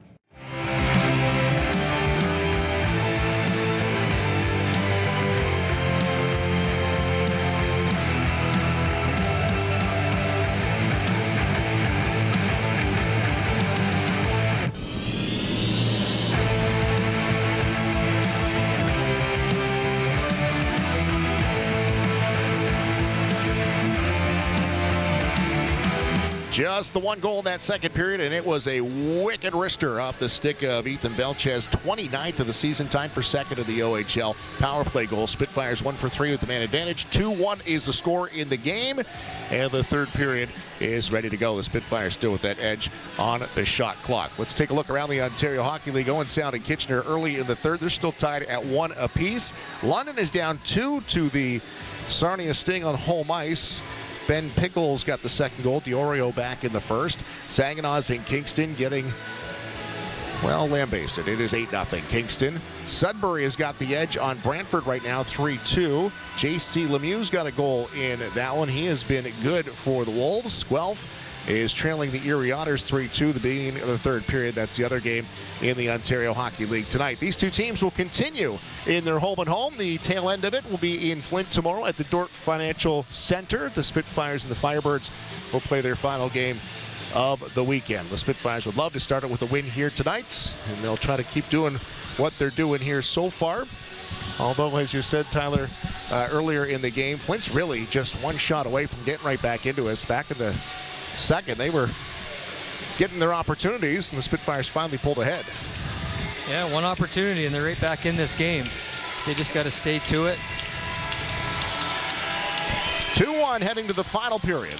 It's the Windsor Spitfires and the Flint Firebirds. Thanks to Connor Walton for the chat there in that second intermission. If his hockey career doesn't go any further, I could see him sitting up at the booth here at some point with us. He's a character, and I agree. Certainly doesn't shy away from the camera. AJ Spellacy tripped up at center. That's going to draw a penalty just 10 seconds in. The Spitfires scored on their last man advantage. Spellacy's speed will draw another penalty, and this time Urban Pondrakar, their top D-man, will have a seat. Well, we were just talking in the intermission, just AJ Spellacy is playing his best hockey, and just how good he was at the World Junior Tournament and how that's carried over to his play here in Windsor. And it's another example there of him using his speed, drawing a penalty, and this dangerous power play will go back to work and try to make this a 3-1 hockey game. Nesbitt will take the draw. Belchetz on the wing. Villeneuve on the left side. Greentree and Woodall back at the points. Lombardi and Aspinall shorthanded for the Firebirds. And Aspinall will push that puck out to center. Fellinger and Dryden Allen back defensively. And pushing out to center is Woodall onto the wing for Nesbitt. Nesbitt can't dish it back. Lombardi and his clearing attempt right into the head of Villeneuve. He's down. To catch him in the back of the head, it looks like. Carson Woodall is going to play trainer and get a look at it. Looks like he's more stunned than anything. Yeah, I think he took it right where the helmet, right in the back of the neck. Oh, he's a scary. Yeah. Sometimes this kind of shocks you more than anything. That's Hopefully Jennifer Love be okay. help him. Jennifer back from the U18 Women's World Championship, won a silver with Team Canada. Yeah, just right up underneath that helmet. Doesn't look like it drew any blood. I initially thought it caught him on the other side, hit him in the face, but that's probably a better spot right there. So we'll see who replaces him. It'll be Cristoforo to replace that body, and they'll continue on the power play with a minute 36.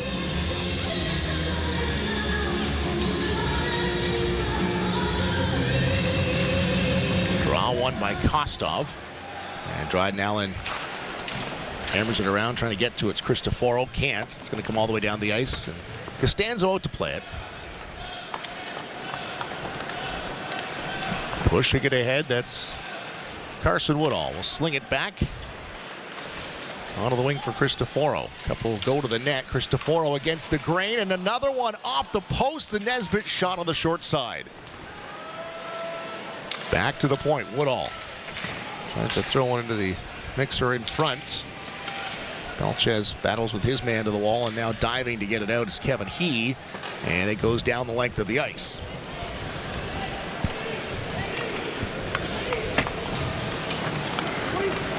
Woodall will send it in. That's that play. I was literally talking to his father about that play. I said, seems like him and Spellacy had that down to an art. He'll flip it in, and Spellacy's got a head of steam, and he'll skate onto it. Blockered away off the glove of Fibiger, and now sent down the ice.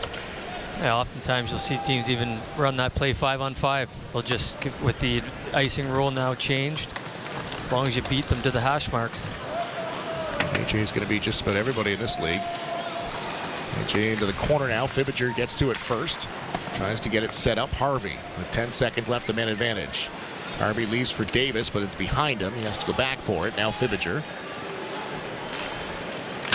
Near side for Davis. Back into the corner. It's Garden. And out of the box is Pondercar. Fourth power play. Unsuccessful for the Spitfires. They're 1 for 4 in the night. Loose in the slot. Sent back towards the goal. Off a couple of legs into the wall now. Held in by Davis. Spitfires holding the line. Davis tries to drive to the middle. He does. And Vakari again, top of the crease. He's been good tonight. 25 shots against. Only the 2 getting by him. Yeah, a couple really good looks there again. One off the post, another off the post, Chris. I think that's 4 tonight for Windsor. And just a really heads-up play by Caden Harvey, too. They had 4 forwards on that power play, and you see they wanted its even strength. He busts to the bench to get a defenseman out there, so they got 2D. Just a really heads-up play by Caden Harvey. Good hockey IQ for the rookie. It's Brady Smith now to center. Games reaches around, pokes it away, doesn't find it. Now it's pushed in, and the Spitfires will collect it and look ahead. Jonathan Brown delays, tries to get things set up, and now they're comfortable. They'll move it to Ferrand here on the wing. Dished in for McKeish, backhands it in. Beck Sultan, and his first OHL fight. Give him the takedown in the game on Wednesday. Ended his night as the second fight of the stoppage.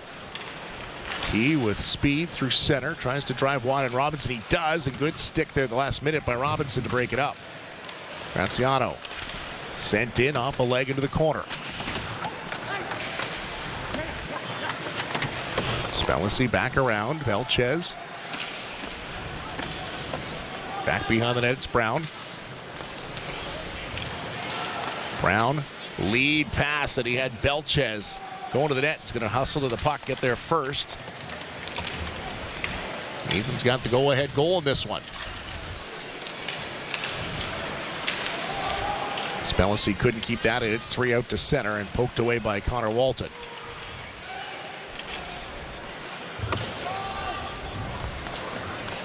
Four minutes gone in the third. Up along the wall, it's Thibodeau back into the corner for Kostov, the former Sioux Greyhound. Lajansky, as that pass into the feet of Allen, couldn't get the shot off. Greentree's without a stick. Broke that twig back into the corner. And the Spits, now they clear. Greentree hustling to get a new twig on the bench. That looked like Jennifer Love doing double duty tonight. She's the athletic therapist, and now she's the equipment manager back there. Going to be a jack of all trades, or I guess a Jill of all trades back there. Yeah, those are such an underrated role. Broken stick, and they can find that the number usually and get them swinging by the bench for a new stick. There's video going viral. I think it was last week of the Leafs equipment man who follows the play and is touching the player's stick who's got the puck on the ice. So if he needs one, he's ready to go. Yeah, that is next level. Pondercar here on the near side. 5 minutes gone in the third. Dished out to center. That gets by. And that should be an icing, and it will. And the face-off will come all the way back. Well, it's the point in the game where the next goal is huge. I mean, if you're Windsor, try to get that 2-goal lead. If you're Flint, I mean, you've played pretty well. You're one chance away from making this a 2-2 hockey game. So I think I'd like to see Flint get a little bit more aggressive, try to get a little bit more sustained offensive time, and try to outnumber the puck a bit.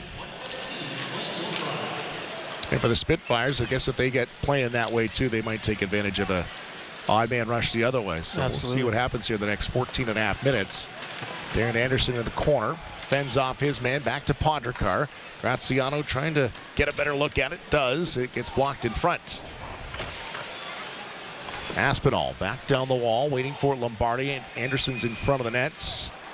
And Curtis Perry, the referee out at center, is going to call Aspinall on the slash. And it looks like actually it's going to take them both. They were jousting there. It's going to be Aspinall and I believe Carson Woodall take the OHL's defensive scoring leader and the overall scoring leader off the ice. A little more 4-on-4 hockey, which is always exciting to see these guys. The skill set of these players is so good. You know, they're so well trained now, and you get a little 4-on-4, their skills and speed can be on display a little bit more space to make plays. So there you see high up in the zone. Curtis Perry said, I'm just taking you both, getting off the ice here as they're going at it.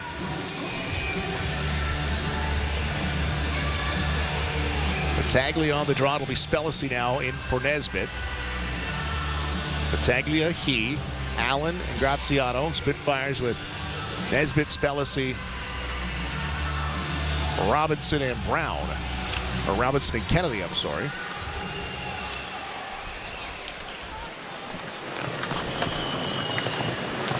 Pass was in behind Spellacy, couldn't take advantage of the speed, but he's going to anyway, and he just pushes his way by Allen and forced himself in on the blue paints. Took a bad pass and turned it into something there. Nesbitt behind the goal. Philadelphia first rounder, rims it around for Robinson.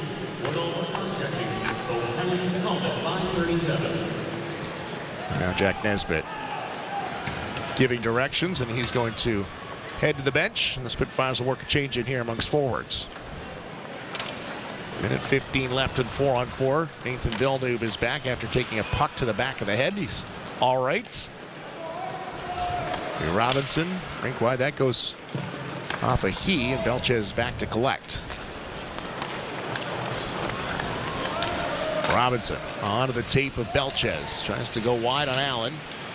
Bodies him off. Robinson cycles it back to the corner. Villeneuve loose in front. Pass off his stick. Turning the other way is Battaglia. Battaglia backhands it in.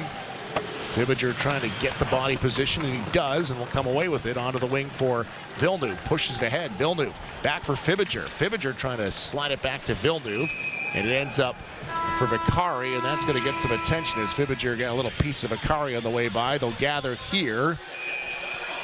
Iljanski wanted a piece of him.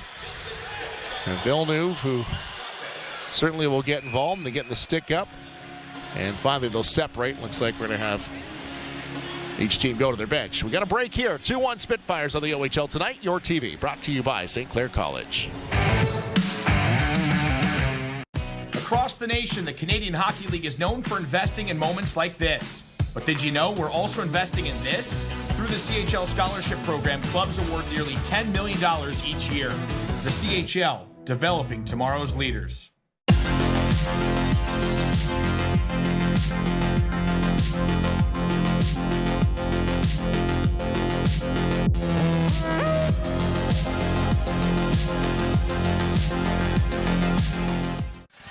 2-1 the score. Nathan Villeneuve, there you see him on the bench. Nothing going to come from that last scrum. Villeneuve on a power play earlier in the period took a clearing attempt off the back of the head. Went down in a heap. Had a quick break. He's back on the bench and just came off the ice. That's good to see. Faceoff will be to the left of Vicari. And man, Anthony Cristoforo is doing all the things up front now. He's taking a faceoff. Yeah, it looks like he's going to go ahead on this draw. I don't know how many faceoffs he's taken in his career. He said back in the day when he was a defenseman, he used to have to be told by the coaches to get up there and get involved offensively. He just wanted to stay back and play D. Now here he is as one of the top 6 Spitfire forwards. Thibodeau will use the net as a screen and bust away. Good work by Greentree to get a stick on that pass. Spitfires have to wait. 5 seconds left as Woodall and Aspinall ready to rejoin.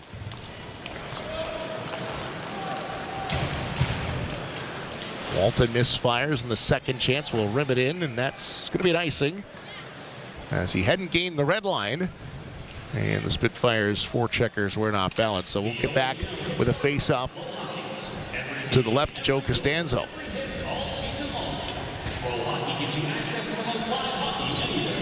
Well, we get that icing, and again, a lot of times you'll throw that top line out on an icing and maybe try to take advantage of a matchup. Flint goes with their top line. A little bit different setup off this draw. We'll see Well, that's what you want to do is That's Harvey wins the draw, and they'll get it down the ice, and they'll swap out a couple of fresh legs.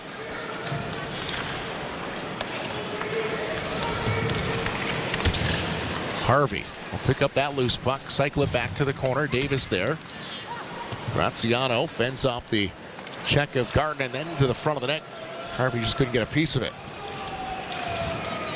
Near corner, Aspinall. Goes back to the middle. Janis is the only one there. Jansky all the way down the ice for Anderson. He moves it to the middle, waiting for help. Leaves for Lombardi on the backhand, and good work by Jonathan Brown to get a stick in the lane. Brown now gets away from Aspinall and swirls it up the wall. And it bounced out to center as Dryden Allen backtracks now. Forced by Cole Davis. Good pressure.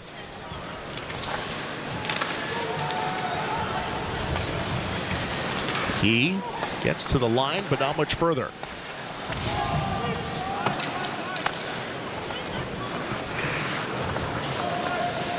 And then Brown will delay, and Spitfires complete a change of the forwards, and Brown will break it out with 9 minutes gone in the third.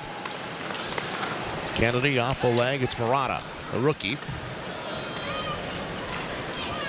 Kalinowski now back in his own zone, near side for Allen. The breakout goes out for Murata, and the Spitfires trying to take advantage. Here's Spellacy, rims it back around in behind the goal. He chops at it, doesn't get it by Woodall. Loses his stick, he'll regain, and the Spitfires stay with the pressure of the zone momentarily. Now it's going to come out.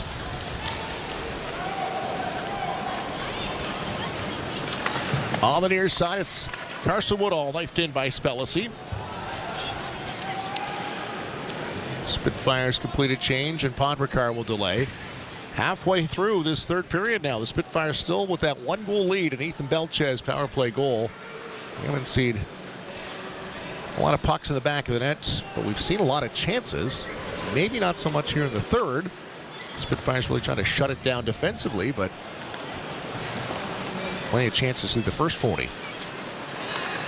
Heads up, here's Greentree whistling in there. What a good move of the line to open up that lane.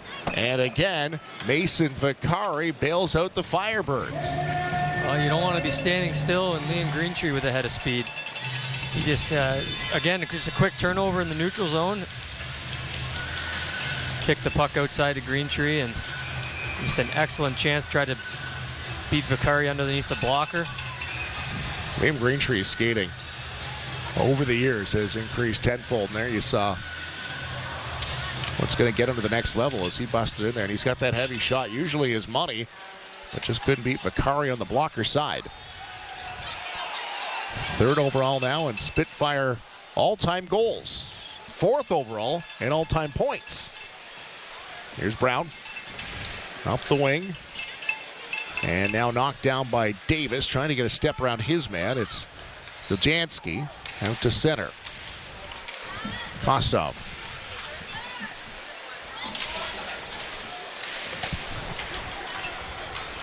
And Walton will alley-oop out to center.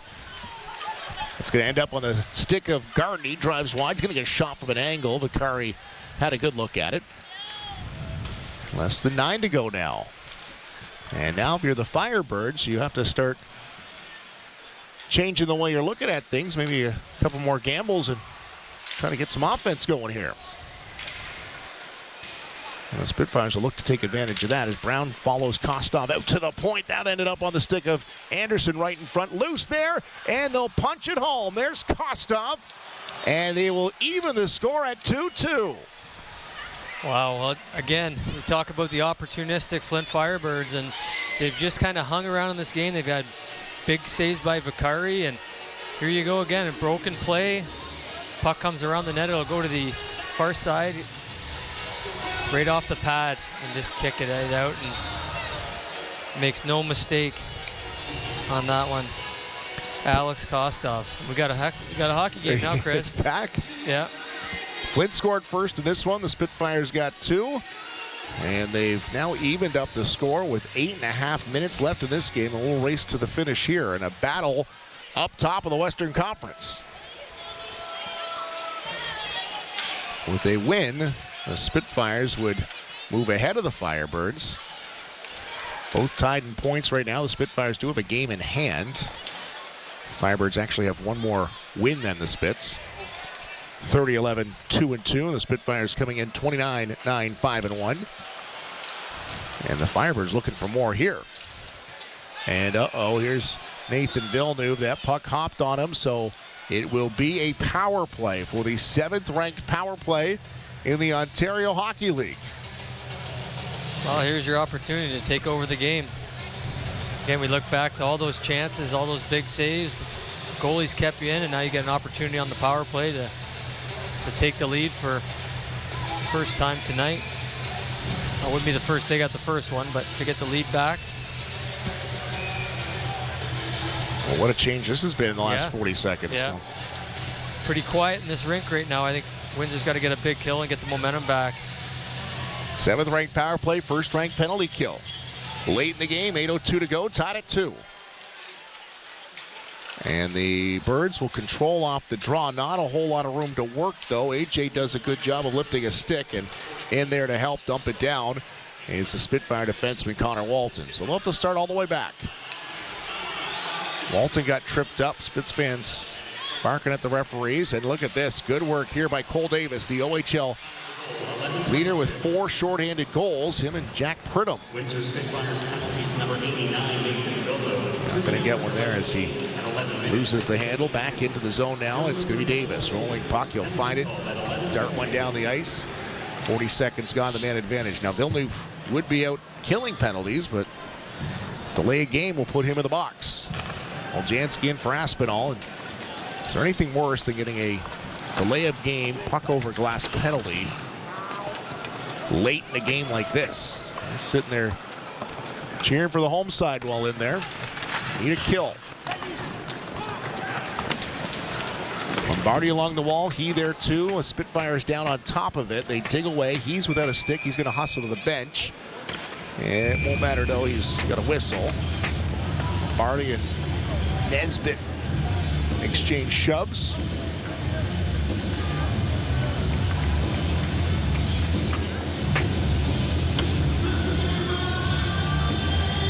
Well, if you're Windsor, I think you just got to get back, get some momentum from this kill, get back 5-on-5, and get back to your game. If you're Flint, you got an opportunity, you got some belief and some hope. Should be a great last 7 minutes of this hockey game. 2 of the top teams in the conference going at it. Let's not forget the work of Mason McCarry tonight. He's kept his team into it. Yeah. I know you're over there trying to decide on 3 stars. 7 minutes left. There's no one jumping out yet as we've got an even 2-2 score. Who's going to be the hero of this one? Yeah. Lombardi to take the draw. It's going to be Greentree to slide in for the Spitfires. 49 seconds left, the man advantage. Draw one by the Birds. Back to Oljanski. Rink wide for Aspinall. Back to Oljanski. Comes loose here near side for He. Moves it to the middle. Bouncing puck. Spitfires.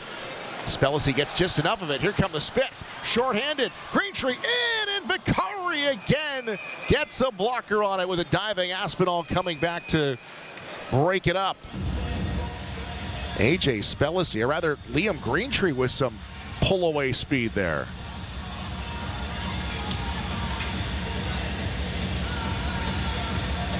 Yeah, great opportunity. Yeah. We talked about that Windsor penalty kill. When they get the puck, they're going with it. So Cole Davis, Greentree, Spellacy. You can tell Greg Walters gives them free rein, and even when they're shorthanded, that they get a chance to attack with that puck. Well, the Spitfires will take a face-off in the defensive zone for the Firebirds.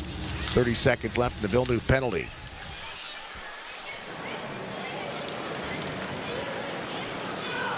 And that Pazzi getting a second point of the night, an assist on the goal to tie it up. Anderson getting the other assist. They're back in offensively. Oljanski, that's a shot from Aspinall. Weak one, doesn't get all of it. It's going to bounce back to the line. Oljanski falling, and the Spitfires Nesbitt on the second chance gets it out. That gave Lombardi some time to get back. Otherwise, he was racing in shorthanded. 6 to go. Villeneuve is out of the box. The Spitfires have successfully killed the penalty. Lombardi now circles in behind the goal. Battaglia back to the line, can't held in. Fellinger's going to come out. Spitfires are 2 for 2, killing off penalties. They are 1 for 4 with the man advantage tonight. Being on the special teams side, but we're tied where it matters, 2-2. Spitfires get it ahead for Villeneuve. His pass in behind Harvey. All he can do to just get a stick on it. Pondrakar now, the defenseman's going to push it ahead. And Woodall watches him. He stops at the hash marks, waits for some help. Kostov goes to the net. He's got the even-up goal here in this one so far. Allen can't get it down the wall in the first try. Second try bounces it behind the net. Now we're getting some go Spits go going here at the rink with 5 minutes to go. Back for Allen. Pass into the feet of Graziano. Greentree will delay. His backhand gets out to center, bouncing in front of the defenseman Allen. And that goes off a couple of skates before Graziano gathers it up. Off a body into the corner. Heads up there as Woodall almost lost an edge and almost gave one away. That gets up over the head of Allen. He's going to hustle back on it, followed by Garden. Spitfires in deep. Lombardi gets bumped off the puck. Walton will backhand it up the wing. Ferran trying to get enough of it. He does. Out to center. It's dumped right back in. Garden. Off the glove of Ujansky. 28-21, the shots in favor of the Spitfires as Davis tries to keep up with the defenseman breaking out. Anderson over the line. Tangled up. Spits there. Dump it back out. Spit's been on their heels the last couple of minutes. It's been the Firebirds applying the pressure. And now Nesbitt knocks down the clearing attempts. Finding it on the other side is Belchetz. Belchetz works down the wings. Got no help in front. He'll hold on. Sending it to the middle. Goes off a leg, and that's going to find its way out to center.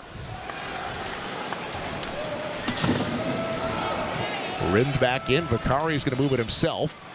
Knocked down by Battaglia, right to the stick of Cristoforo. Backhander, and a piece of it there by Ujansky. Penalty coming up, and the Spitfires now will have a great opportunity with 3:26 to go. Let's get your last break in here. 2-2 the score. OHL Tonight, your TV. Brought to you by St. Clair College.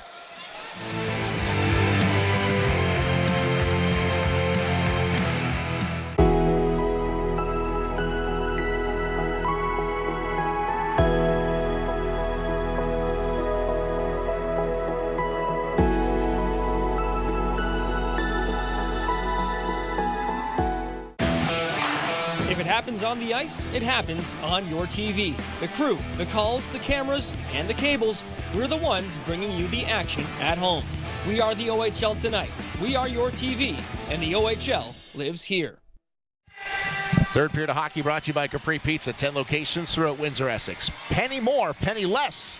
It's Capri Pizza. Liam Greentree not on the scoreboard tonight, but he's had a pretty strong game on the puck. A good leader. He's had his opportunities. Hit the post back of the first period. Butts it away a couple of times here in this third. I don't know, Tyler, he might be due for one. Yeah, certainly. He's had his fair share of chances. Good looks, too, like clear cut. Mason Vicari has been up to the challenge. Great opportunity here. These are, as offensive players on Windsor, this is game on the line. One of the best power plays in the league. Will go to work and see who can be the hero tonight. Well, Greg Walters a few weeks back put them on the spot, said our power play cost us. Let's see if it can give them a win here and give them the top spot in the Western Conference. Woodall down the wing for Greentree. Greentree tries to fish one towards the net, knocked down. Here's Belchetz.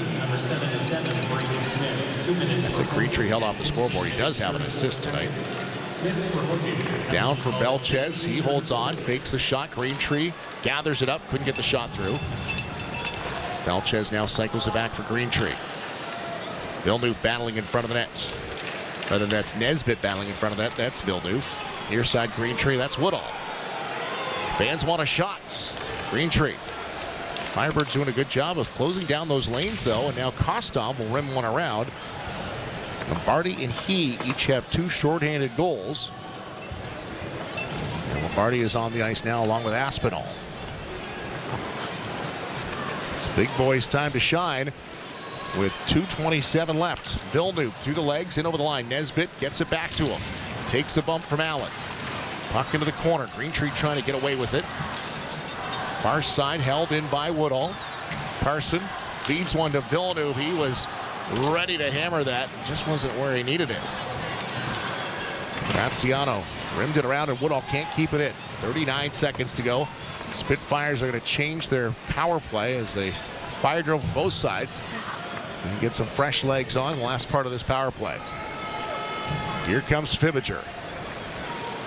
Fibiger, rolling puck's going to drive wide of the goal. He holds on, cycles it back, leaves there, dumped to the middle. Garden's got a hold of the stick of Aspinall. Spelisi back to Cristoforo, can't keep it in. And now Kostov, he's going to get by. Kostov, short-handed, follows it up with a goal. The Alex Kostov show here in the third. He's got 2 with a minute and a half left. And the Firebirds have a 3-2 lead. Wow, it's we've talked all night. They've just buried on their chances, and they get another streak there. They get the rebound. Cash in, we'll get a look at it, just off the pad, right back to him, rebound, and now we're Windsor, and you've got to think about pulling our goalie. Well, get your best players out there. Look to use your timeout. 5 seconds left on the power play. Costanzo made a nice stop on the first shot, but Kostov stayed with it and puts it in the yawning cage, and now the Spitfires are going to use their power play. Or use their timeout, I'm sorry, with 5 seconds left in the power play. And what a turn of events here. Tyler, we were talking about Flint's going to have to start taking more chances and trying to get the equalizer. Well, now they're ahead with a minute and a half left. Yeah, they just kind of hung around. Their goalies kept them in. Again, it was almost like they were just waiting. They were playing more of a defensive style, wait for that mistake and capitalize. And every single time, it seemed like any good chance is ended up in the back of the net. Yeah. And yeah, hard to believe, but yeah, they just chipped away at this thing and stayed into it. That's how quickly it can turn around. So the Spits of the timeout. Do they have anything in the tank? Can they pull themselves up by the socks here and even it up? This would be back-to-back games. They had a 2-1 lead over Kitchener before Kitchener evened it up and came out with a 3-2 overtime victory on Wednesday, and now here against the Firebirds as Joe Costanzo has come out all the way to the hash marks, and he will be set to come to the bench if they get control, and they will. Rimmed in, let's see what we got. Minute 27 to go, Spits down by 1. Net is empty, Villeneuve keeps it in, moves it back to the middle, fends off that puck, it's Woodall. Woodall loses his man, and then he loses the handle, and that gets dumped down. Empty nets, and they score. Darian Anderson, it goes off the stick of Villeneuve, and Spits fans will head to the parking lot as the Firebirds take a 4-2 lead in this one. Well, the game of hockey is all about momentum, and we've seen some swings throughout the course of this game. Flint gets the first one, middle portion, Windsor really carried the play, and yeah, just a game of momentum, right? Yeah, that Spitfire bench is slumping right now.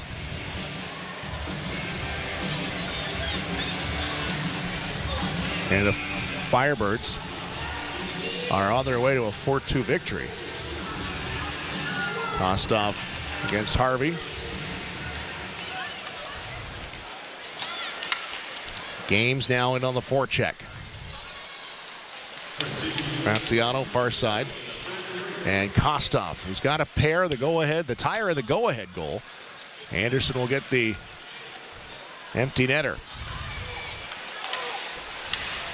Games poked away by Battaglia, and it'll be he.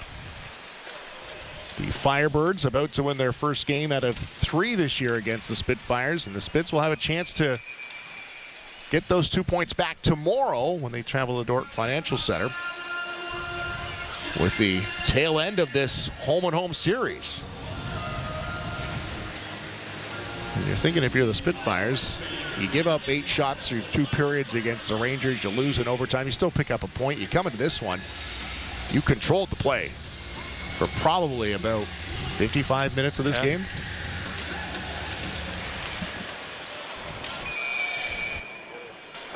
Yeah, and I mean, part of it is Mason Vicari really kept them in the game. Yeah. The early points of that game. If you're an offensive player on Windsor, you probably wish you got a few of those back. That we, buried a couple of those chances, didn't let them hang around. But that's the game of hockey. And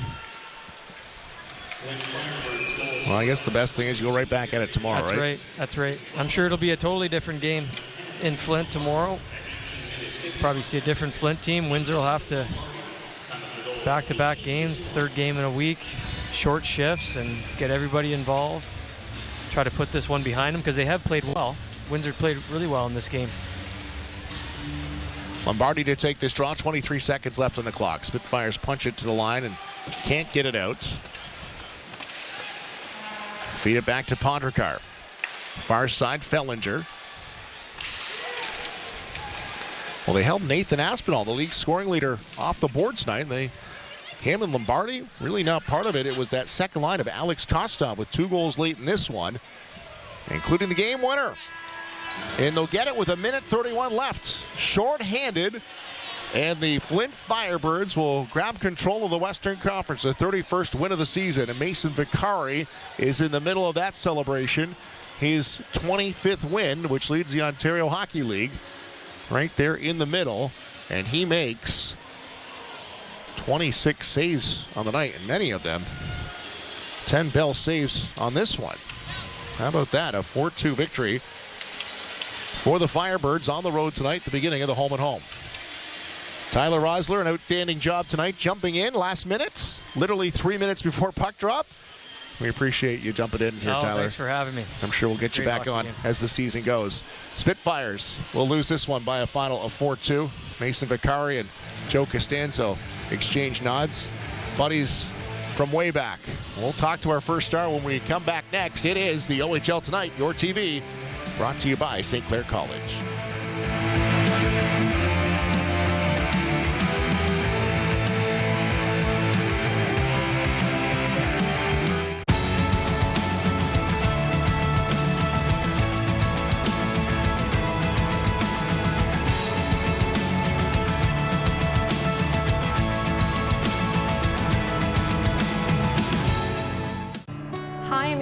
I volunteer for your TV because I do the audio board for Spitz games, sometimes help in the studio, and